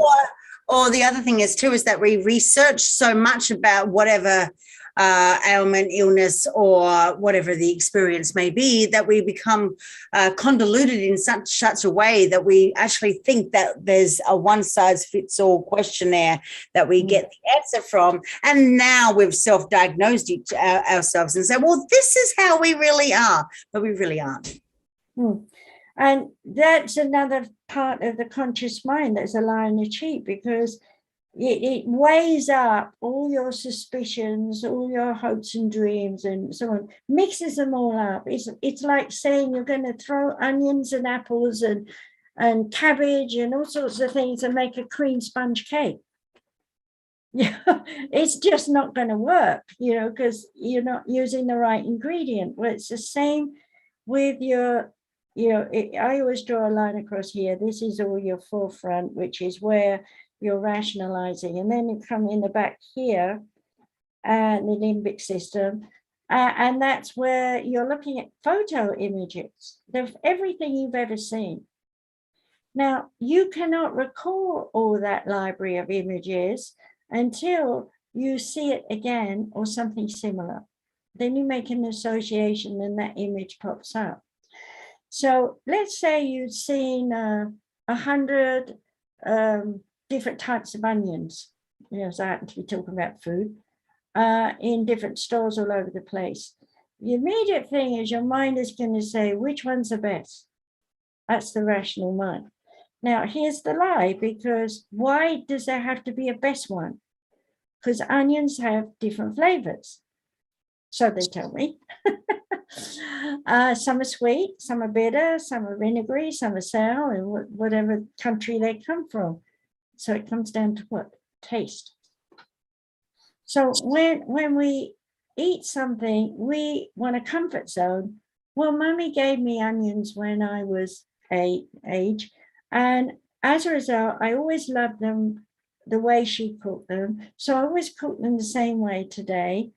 And somebody comes into your life and says, why don't you eat them raw? They're much better for you. You get iron in you. And you're like, oh no, I'm going to stink of onions and all that kind of thing. Yeah, we got that rationale. So these two things are going on here between what you remember in visual images and how your brain processes it relative to now. It doesn't care about the past. Which is exactly why we procrastinate. Yeah. Now, the back part back here, that's where your spirit mind dwells, the coding of your DNA, your RNA, all the lessons you've learned, all the knowledge you grew as a result of that, plus what you didn't learn. So when someone comes into your life and upsets you, you're rationalizing here, why is they upset me? What's this? What's that? And going, oh, I remember something like this in school. It could have been that kid, blah, blah, blah. So this is something going on here. Meanwhile, you go and meditate and find out none of this is true, because what you're learning back here is that you're understanding pain so that you don't do it to someone else. You know, because everything that we are, we project outside of ourselves. That's the point of living a life. Not only that, we also manifest everything that we manifest in our lives. Well, not everything, I shouldn't say that, but most things that we do manifest it. And so when it comes to that phrase, it's all in your head, it literally is all in your head, because we concoct an illusion in our mind to think that it is real, or we are under attack. So we become defensive about the way that we perceive things to be. Mm-hmm. And that defensiveness is in the conscious mind. It is not in the deep subconscious. The deep subconscious has no battles. It's not interested in whether it's right or wrong. It's only interested in that you are having an experience. Now, the other thing, that I wanted to talk about is when I teach the Beauty Crystal Acupuncture class in the future, I will be teaching all about the face. And, I've been working on myself again. I'm always working on myself. But when you think we have 5 senses, and you're listening, for example, to me right now, but you've also earwigging what's happening with the kids, because you've got to be on alert in case, okay? Plus, you're also checking all your equipment, make sure it's all working, whatever, now and again. So your consciousness is shifting backwards and forwards. And while that's happening, you're remembering history in images, and that's either saying yes, good, or no, right now it's good. But back here, what you're actually doing is getting inspired by yourself or spirit guides to say the things you're saying. Mm-hmm. And they're not necessarily conducive to what I'm saying. Could be just, you've made an association here, and you go right back here to find an answer. And we all do this all the time, but what people don't realize is that while this brain is busy working, it's controlling these facial muscles, unless you have a stroke or something, and you miss out on that. And everything you're hearing, seeing, touching, smelling, tasting, and talking about is going into every cell in this body, which is beautiful because of the way it works. But if it gets dammed up, because you're putting the wrong foods in, and you're eating on the go, and you never stop and have happy times or whatever, people have different lifestyles. And of course, the way you're thinking between the 3 parts of your brain, then that is like a tiny you in one cell, in every cell of your body. What's that? Hologram. They discovered that back in the 90s. You remember that, about the hologram is in every cell in the body kind of thing? And that was interesting to me to hear the hologram that way, because I was already working with spirit, talking about every cell in the body, and we have billions and trillions of them, Every cell in the body has one little speck of spirit in it. So without that one little speck of spirit being controlled from back here, you might be a zombie, and you get, or if you cut it off, like if you've had damage in the back of your brain, or you've had a stroke, you see these people, they become mask-like. They don't, what, yeah, no, you know, there's no facial personality. The body isn't, they're not moving their head, they're like, all right, if you want, you know. And you say, well, do you like cheese or do you like jam sandwich? Whatever, okay. You know, they're switching off their spirit, they're not listening. And of course, the body is sick because it's not getting the rejuvenation energy that the spirit gives to through that little speck in the nucleus of every cell in our body. And when I talk about writing, I've been teaching Beauty Crystal Acupuncture for 38 years. And I've got to a point now where I know so much that I was going to just write the book like I have on the other thing. But this is a thesis. This is a study that the future generations of the world will need to know. You know, because we can't rely on this conscious mind to keep telling us, oh, it can't be that, it must be that, it wouldn't be this, or perhaps it might not. You know, we can't have that confusion going on. We need to have clarity of knowing from the spirit through the emotions into the mind to know this will work. Now, if we go up against someone who's going, no, it won't, no, it won't, that could block someone who's going to be the Marconi of the future. Here's Marconi, sound, radio. Look what we've got today, TV and all this stuff. Well, imagine our spaceships taking off just from friction, sound. But if someone comes along and says, it never worked, we won't give you the money, or something, not listening, not paying attention, not feeling with their body, we are destined for destruction. And I was listening to the news today from England, Sky, and they were talking about how the leaders of the world have to sit down and listen.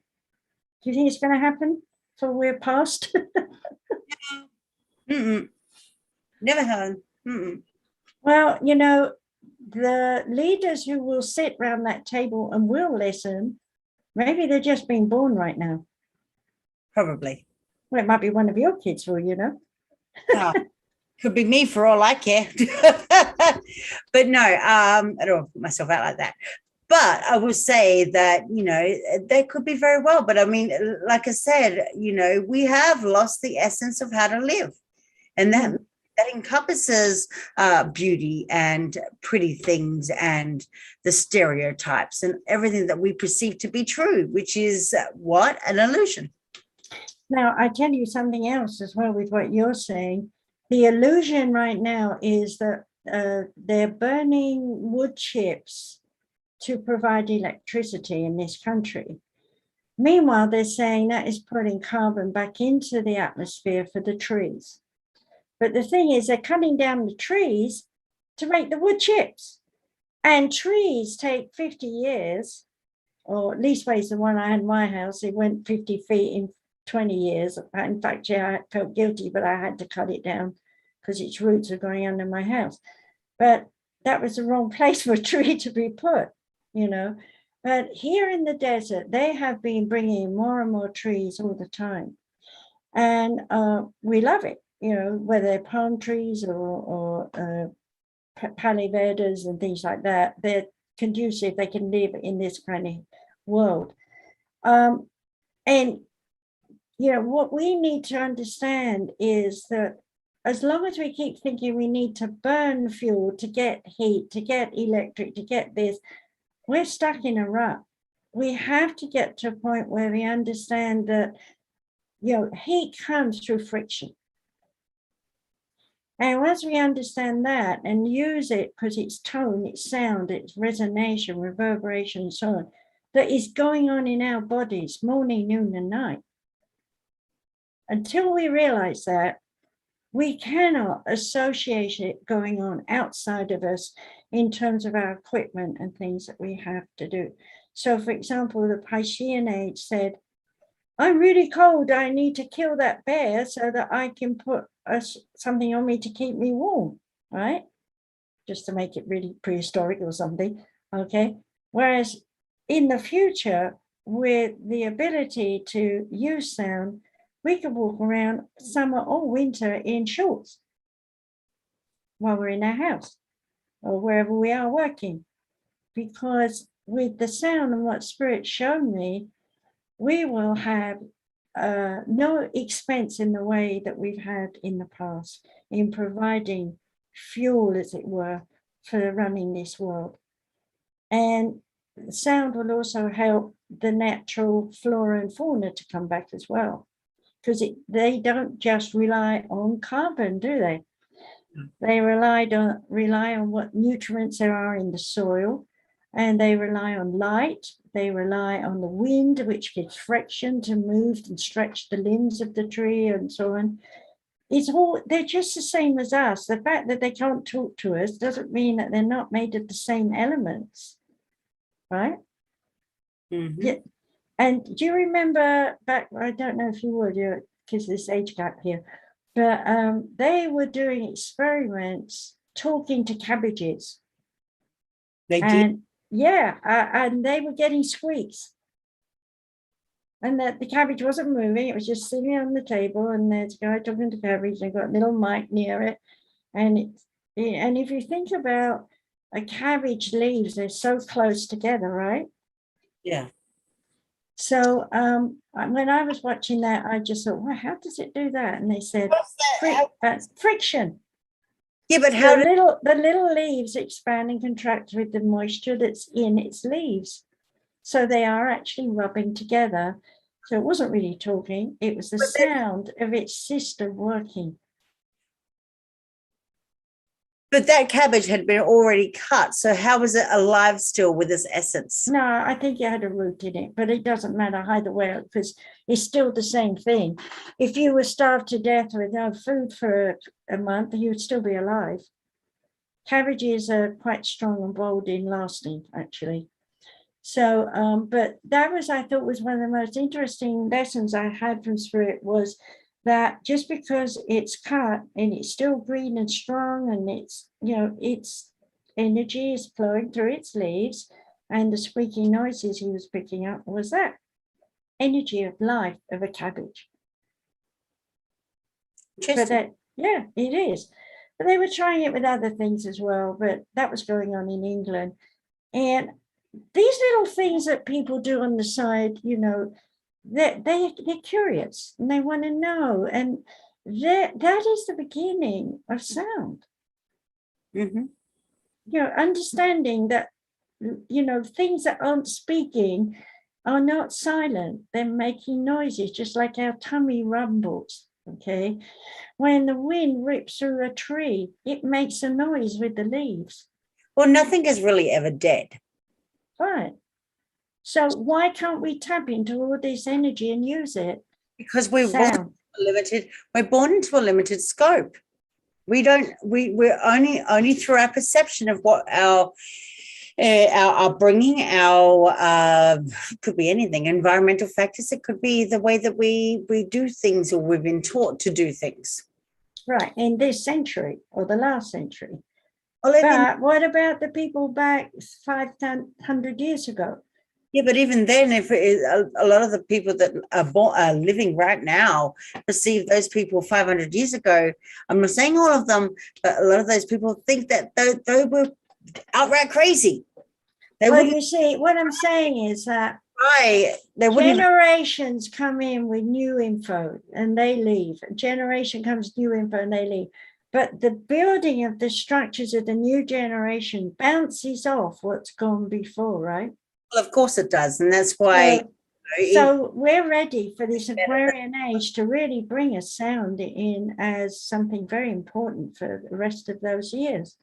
Yeah, I mean, but whether or not it'll be recognized in the near future is another thing. It's only starting to gradually bring to light through research exactly what the benefits and are really going to be. You and I both know that sound is going to be something that we could use for healing and for other mechanisms that we use to survive. But outside of that, a lot of people aren't just going to recognize sound. Really? Well, yeah, in a way you're right, and in a way you're wrong, in my opinion. Sorry, but what my point of saying was that if we can, in this modern day, put a mic up to a cabbage and hear a sound, we would think nothing of it, because that original discovery was 40 years ago. Okay, but back then, when they did that, that was astounding. So what I'm getting at is, as time goes by, people come in and follow up, and they're drawn to it because they've got a coding within them from their spirit to pick up where A person started and be B person. And they'll expand whatever A person did and twist it, maybe turn it a little bit. And then they die and C person comes along and so on. So when you think about Edison with the bulb, and I've talked about this quite a few times, and if you could bring him back and say, look at Las Vegas or any other big city where they've got all the lights, like Singapore or somewhere, he would be astounded because he hadn't got that dream.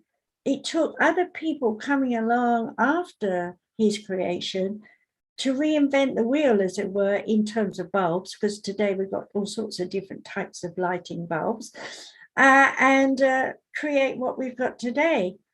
But how, already I went for a bulb just recently for my bathroom, and I found out that the fitting I had was old style, and they do actually make a nouveau kind of bulb with the old fitting, so I was okay. But I stood there for a minute thinking, oh, I'm going to have someone in and put a new vanity lamp up in the bathroom.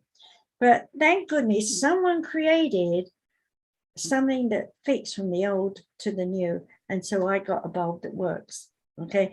Now that's a good example of what will happen with sound as the world changes and we have new inventions coming in different ways. Those who are working with sound will invent more and more things that will make changes. And I think we mentioned on another show that they're already experimenting with music next to a drum with sand on it. Remember that? And when the sand was hearing the music, not the sand hearing it, but the drum was vibrating with the music, the sand went into geometrical shapes. That is incredible in itself for a discovery, that we now know the universe is mathematical, and the triangle is the basis as far as we know at the moment. But there are other things that happen with that sound. If the sound resonates on a triangle, i.e. my Trinity Stone healing triangles, that changes the body completely if I play music. So when I saw that experiment, someone doing that with the sand and getting those, I was like, wow, it explains exactly what I've been doing all this time. So I'm here healing people with triangles. Someone else is healing with music and sound and triangles. Someone else will be doing something else. And so it goes on. And now there are people who are saying they can run blood through a bladder. You got a drip in your arm, not a drip, a needle in your arm, and a tube running your blood into a bladder. And the bladder is sitting, it's only small, like so the bladder is sitting on a computer plate, and the computer is then measuring the blood and as it's going through in the program that they've written, whatever I don't understand. And then by the time the blood goes back into the person, it's full circle, goes somewhere else, it's cleaned. And it's been proven that the bugs and germs and things they had in their aforementioned test, when they had the after test, the bugs were all gone. That's the future. That's healing. But who's poo-pooing it right now? The medical profession, the doctors, because it's not proven. And this person I know is working with this is my age. Yeah. And he's been banging against brick walls to get people to believe him. Yeah. You know, so pioneers go through this. It's always difficult. Okay. And so we're pioneers sitting here just having this conversation. We're putting a seed out there, right? Exactly. And when we do talk on this show, we have two very unique definitions of what the theme of the night is. Neither of us are wrong or right in the way that we speak. And that's why we ask the listeners out there to actually interact with us and put their point of view in, because is a teaching show after all. This is here. We're here to get our generational, I don't know if we call it generational differences. No, bridge that generational gap in the way. That's good. I'm not hostile, but no, to bridge that generational gap as to how we perceive things psychologically, physiologically, and how we can work together in order to formulate a perception that is for the betterment of all. And it's got to be like a germ in a way that, we start and some other people start elsewhere with their theme. And all over the world right now, there are people who are going on Zoom and sharing their bit of whatever it is. And ultimately, there will be an integration of it. It's inevitable. It's just a question about when and how long we struggle preventing it. The other thing is that I don't want people to go out there and say, hey, you're wrong, you're this, you're that, and or listen to these other shows, because we're just one in a million of the shows that you can listen to. But at the same time, we don't want you to go listen to other shows out there and say, hey, well, what they're saying is real, but there's no, it's all circumstantial evidence or evidence that is just based on opinion. You yourself as a listener need to open your mind to curiosity and imagination and become a seeker of whatever truth that you are seeking to find, because and not only that, I will tell you that those people who are looking for that questionnaire or want that 5-point detail as to find that eventual diagnosis and say, hey, this is exactly what I am, or this is exactly what that other person is. It's not, none of anything that we are saying is one size fits all. And that's what we need to remember, is that we are voicing opinions from our academic and spiritual background. We are people that have actually researched this extensively as ourselves, and that's why we want to get people involved in what we're learning, because if we don't, then how are we ever going to pioneer new innovative things for you to, or for all of us or humanity to progress, to have new benefits and new frameworks and new procedures as to how it might be in medical, it might be in metaphysics, it might be in science, for all I care. It might even be in religion, but at least we're getting somewhere by incorporating into the conversation. And everything you send is very vital. And there's always going to be the, I don't believe you people. And in a way, they're good to be there in that state, because they're in the negative. And that stops the people who are too positive flying off too quick and too fast. So they do have a role in trying to put a block on things, but you cannot put a block on progress. And those who are really stubborn, AS, etc., H, they are in their own way, and ultimately the thing that gets them down is illness, because if the brain is not in unison with the facial expressions and the body language, then the internal part is depleted, so the spirit rejuvenation that comes in the back of the brain is rejected. And so, the first wave of people who died from the virus were all people with cancer, like conditions, like my husband had kidney problems, heart problems, and he was definitely someone that would never take care of himself. And there are many, many people like that who will blame and shame people who are living, walking examples of what will be, because they're jealous or they're frustrated or they feel shown up, or whatever their negative emotion is, it locks them down into what was, and they'll never embrace what will become.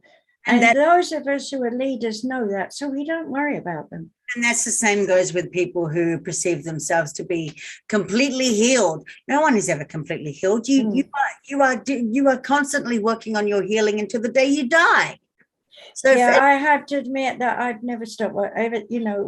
Even before I got the PD, I actually use that term. I hate it. Parkinson's disease. Before I got that, I was still, because I had my crystals and I was working, experimenting on them in those days and listening to spirit. But it wasn't until I actually died and came back that I really I've got to get myself really healthy and healed. And I have never stopped working on myself. At least twice a week, I'm doing my crystals. And it's not that I need to do it, it's that I'm dumping the images I don't need that are history. I'm dumping the ideas that are logical in my brain box. They're in the way that, for example, I'm being lazy right now. And so I'm working, why am I lazy? Because I should be, lazy is an excuse to not do something, right? Or if I'm overworked, then I don't need lazy to tell me, take a break. I'm intelligent enough to know, take a break, So we have a lot of habits that the conscious mind will tell us to follow and believe that is truth. And then one day out of the blue, when you least expect it, wham, you find out you've been lying to yourself. And it's a very individual thing. You can never tell. You don't know what's going to be the button pusher, but it'll be there. And so, we're used to as show movers and working on public images and all these things that we do, that there's always going to be someone who's going to tell us that we're talking through the back of our backside and such like thing, and be violently aggressive about it. I mean, I walked the pathway of people walking backwards and forwards outside a psychic fair, telling us we're all sinners and witches or whatever else, and a lot of the, should I say, nouveau people coming up in those days didn't have the courage to face them. So they'd go out the back door, or they wouldn't even turn up. We'd have empty tables where there was supposed to be, say, 20 mediums. There was only 5 of us, but we still helped the people who needed to be helped. Those times are gone, thank goodness. And now we're into the paranormal, we're into metaphysical. This is the new age, the Aquarian age. And so I just wanted to talk about crystal acupuncture, beauty crystal acupuncture. When you work on beauty crystal acupuncture, you're basically working on your face and neck, chin, under the and ears. Okay. If you're studying with me, the ear alone is the whole of the body. So on the ear are many points that you can work to go into the heart. So the outside, it's very interesting. Sometimes I'll do crystal acupuncture to the ears because I'm working on someone who's got a lot of blocks in the body relative to being listening. And a lot of times I find out that their core energy is nobody cares about me. And so they go deaf. So they don't, and they're really not deaf. What happens is the canal closes down and the sound can't get it. And since I've been working on my hearing, I've noticed that happen. I went, oh no. So I cleaned them out, cottony bud, and I did some points around my ear and they're open again. And then I sat down in front of the TV and I went, oh my God, it's so loud. And I know I must have turned it up loud before that I discovered that my hearing was going down, and I'm not deaf. I've been tested, I'm okay. I've just lost a few very low notes, which so that doesn't bother me. But every part of this face expression is doing it from the brain, okay, 3 parts of the brain. And every expression that you show, everyone else in the world can see it, but you can't. Mm-hmm. And even if you look in the mirror at yourself making expressions, and believe you me, when I was acting, doing stage work, I used to stand in front of the mirror and go, I'm angry with you. Is that good for you? Or should I be saying, I'm angry with you? So I'm good at doing facial expressions, because I practiced. But I don't know what I'm doing while I'm just being me and just talking, while I'm doing Zoom, I could be watching me all the time and see my expression, but no, I'm watching you when you're talking, like as if you're in the room with me, and that you do the same. So we're not watching our facial expression, but it does help in therapy for someone to have someone show their face, and see what they're expressing. Yeah. And not only that, it also helps for someone to take it from a different perspective, so that we can understand the words that we're actually projecting may not actually be the right words we should be thinking about. Because I've noticed too that a lot of people do who they don't realize what they're saying at all.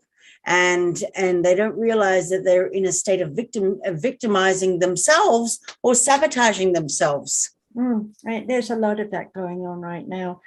And, and also I did a show on hearsay with you, or myself, I can't remember because we do so many shows. But hearsay is all over the place right now.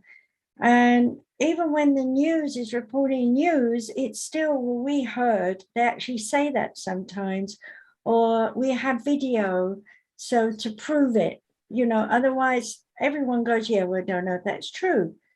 So whether it's politicians or whether it's people in the factory, it doesn't matter what's going down. We're all confused right now. Oh, yeah. The left hand doesn't know what the right hand's doing, as it were. And those that are working with both hands together are not getting the support they need, because everyone else doesn't know which side to back when you should back it all, And I was listening to the president briefly this morning, and I agree with him. I'm not a politician, never have been. I agree with him, because Red Cloud told me, before I even came to the States, so back in 70s probably, that each country must be responsible to rebuild itself. And what happened, we got common market, we got this, we got that, and I'm thinking, well, how, we're mixed up. And I've watched us deteriorate in terms of our standards, our rules, our education, and so on, across the board, because we've spent so much time with the integration that we haven't had any time to focus on the internals of every country.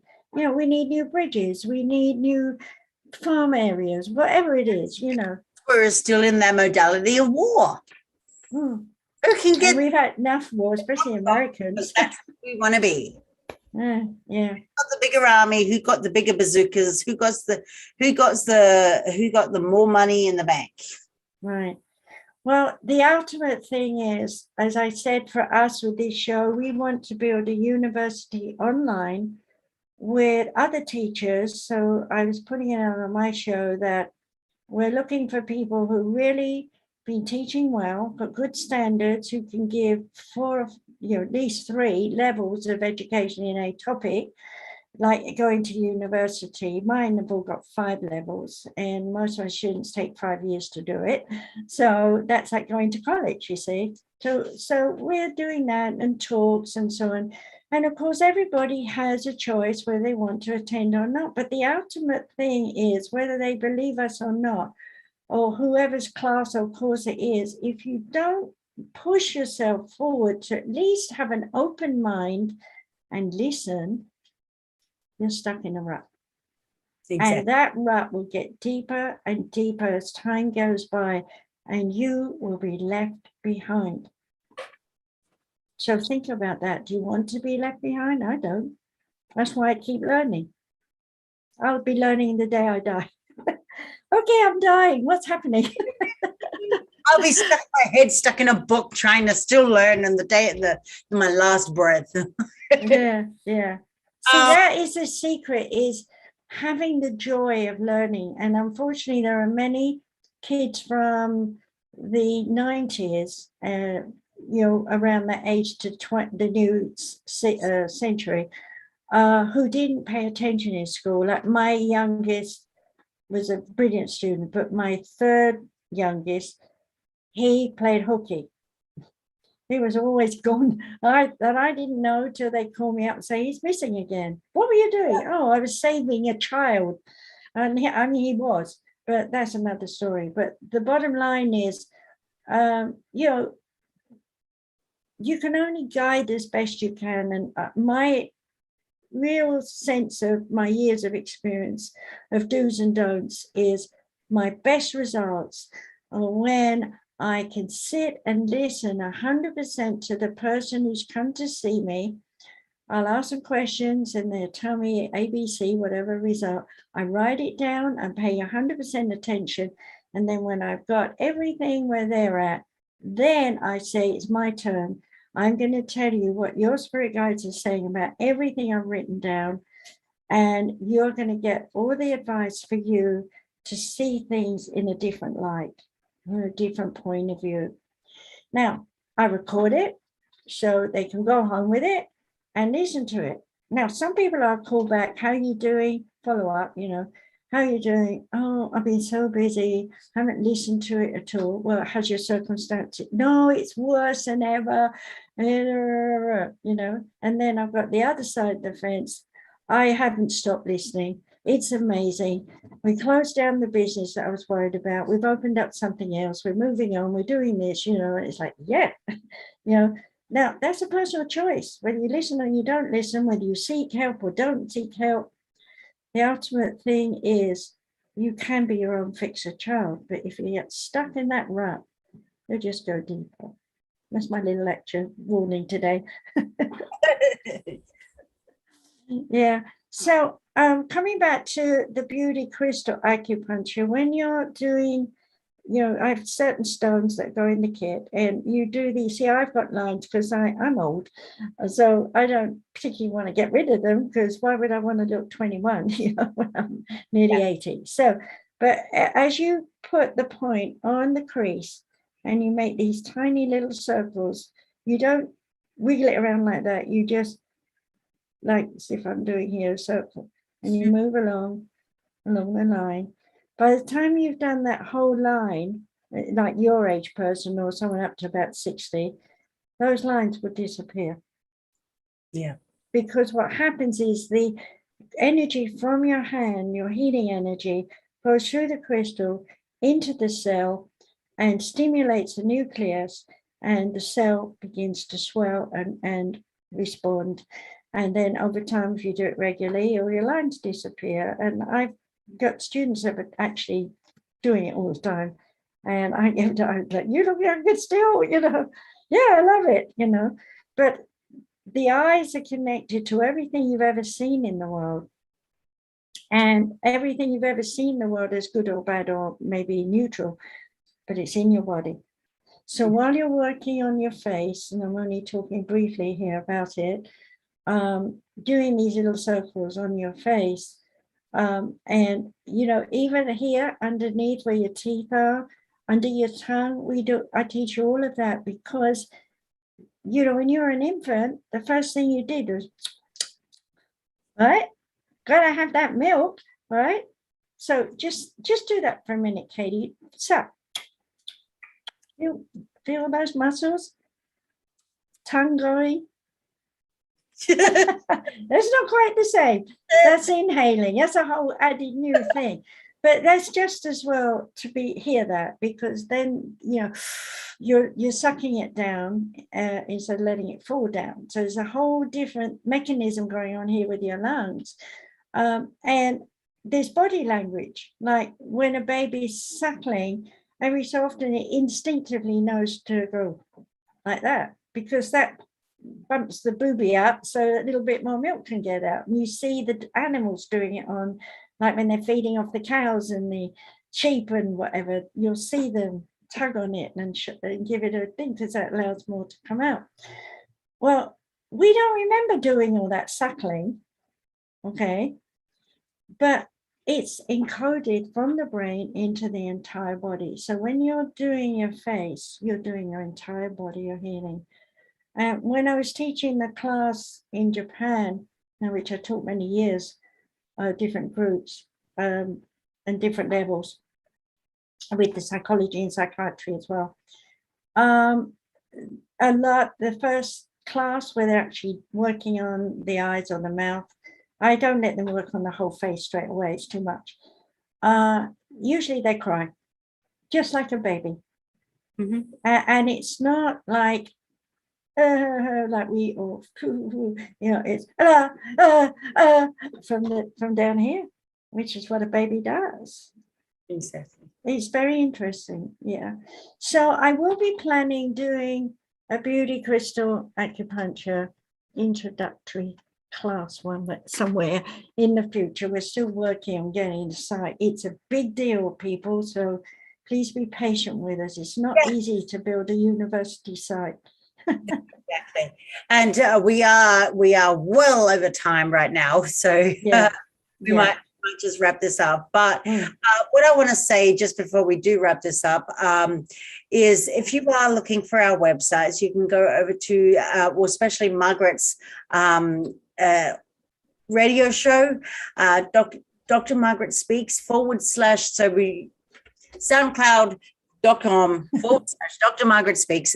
Dr. Margaret Speaks is the channel. So if you are on SoundCloud and you want to search it, Dr. Margaret Speaks is what you need to look for. SamarisCenter.com is where all of Margaret's PR stuff is. EasyBeasySolutions.org. SamarisEducationCenter.com, theuniversalchristchurch.com, and AskDrMargaret.com as well. You can also go over to SomaFusionMedia.com. We have launched our own Soma Fusion Media channel, a TV channel. We are doing hybrid TV and radio now. If you go over to the website, you're going to see that straight up on the homepage there. You can watch us 24/7. We do have a lot of shows that we can play throughout the day 24/7 for you. Or you can watch the live show that is streamed directly on the website itself. Outside of that, you can also go over to, for my work, you can also go over to soma-fusion.com or askdrkatie.com. You can find me that way. We are up on social media, so you can look us up on Instagram, Facebook, Twitter, LinkedIn. If you are looking for us, send us a message. Let us know what you want to hear on the next show or what you want to learn, or just reach out to us in general for our services. We do offer our services to the wider public. We don't just do education. We also are practitioners in the field as well. So we do therapy and readings. And I just wanted to add, I'm bragging here.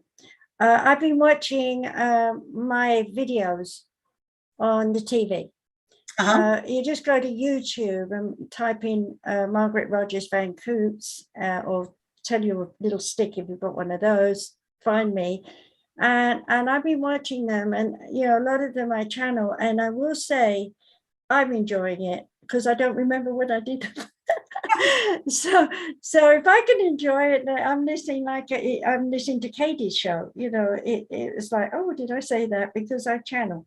So if you're interested in, sitting on your sofa with a bunch of popcorn and you got nothing particularly interesting on TV, do go to YouTube and type my name in, and you'll have a lot of choices. Have you got yours up there on YouTube as well? I certainly do. I have over 500 videos up on YouTube. So if you go over to YouTube, Soma Fusion, Mind, Body and Soul, like, share and subscribe, you can, and click that little bell that's over there. You'll get notified of all the shows that I do. I think, what are we up to now? About 6 shows a week. Plus of course, all of those shows are archived. And so you can watch them at any time. You can go back if you happen to miss a show in the evening, then you can go back and look in the archive. That's not a problem. So, yeah, I think it's, for me, watching it on my screen, 62-inch screen, was so much more comfortable than sitting on the hard chair in front of my computer. So after I do the shows, I used to go back and listen to myself, but then I was like, you know what? And then I'll go back about 3 months later and I'll listen to myself and I'm like, I said what? Your views keep changing. Well, I never listened to any of them, so that's what I'm saying. I was like, wow. Yeah, I'm sorry, people, I'm bragging, but then again, that's okay. One's allowed to brag. You're allowed to brag. But I do want to finish up to that's the other thing. Going back to what our theme of the night is, that's the other thing about beauty. It keeps on giving. Even when you've grown and moved on and lived life, you come back to something beautiful. And it still has the power to fill you up, nestling back into the part of your nostalgia, like a warm hug and a mug of your favorite drink on a cold day by the fire. Pretty might pique your interest. Pretty might make your heart flutter. Pretty might draw crowds and wow audiences and feed the hype machine. But when the doors open and pretty is in your hands all by yourself, to prove its worth, it'll end up falling short. Pretty will also end up in the trash. Beauty, on the other hand, will grow old with you. Beauty will speak to the hearts of the lost. Beauty will build communities and captivate the masses. Beauty will seek to make you better. Beauty will settle into your life like an old friend. And beauty, ladies and gentlemen, will end up taking a place in your heart. And once it's claimed a piece of that sacred land, it will never be forgotten. That's a channeled piece, if ever I heard one. So with that said, I bid you adieu, and we will be back at 7 p.m. Eastern Standard Time on Soma Fusion Media. What is that? 4 p.m. We haven't changed times yet. So 4 p.m. 4 p.m. Arizona time. We will have a brand new subject next week that we'll be talking about. Don't know what that will be, but I'll put it out on social media for everybody to see. In the meantime, you can email us at the samarasucc@gmail.com, or you can email me with your inquiries about having a show, advertising, all sorts of cool, goody stuff at somafusionmedia@gmail.com. So there you have it. We'll see you next week.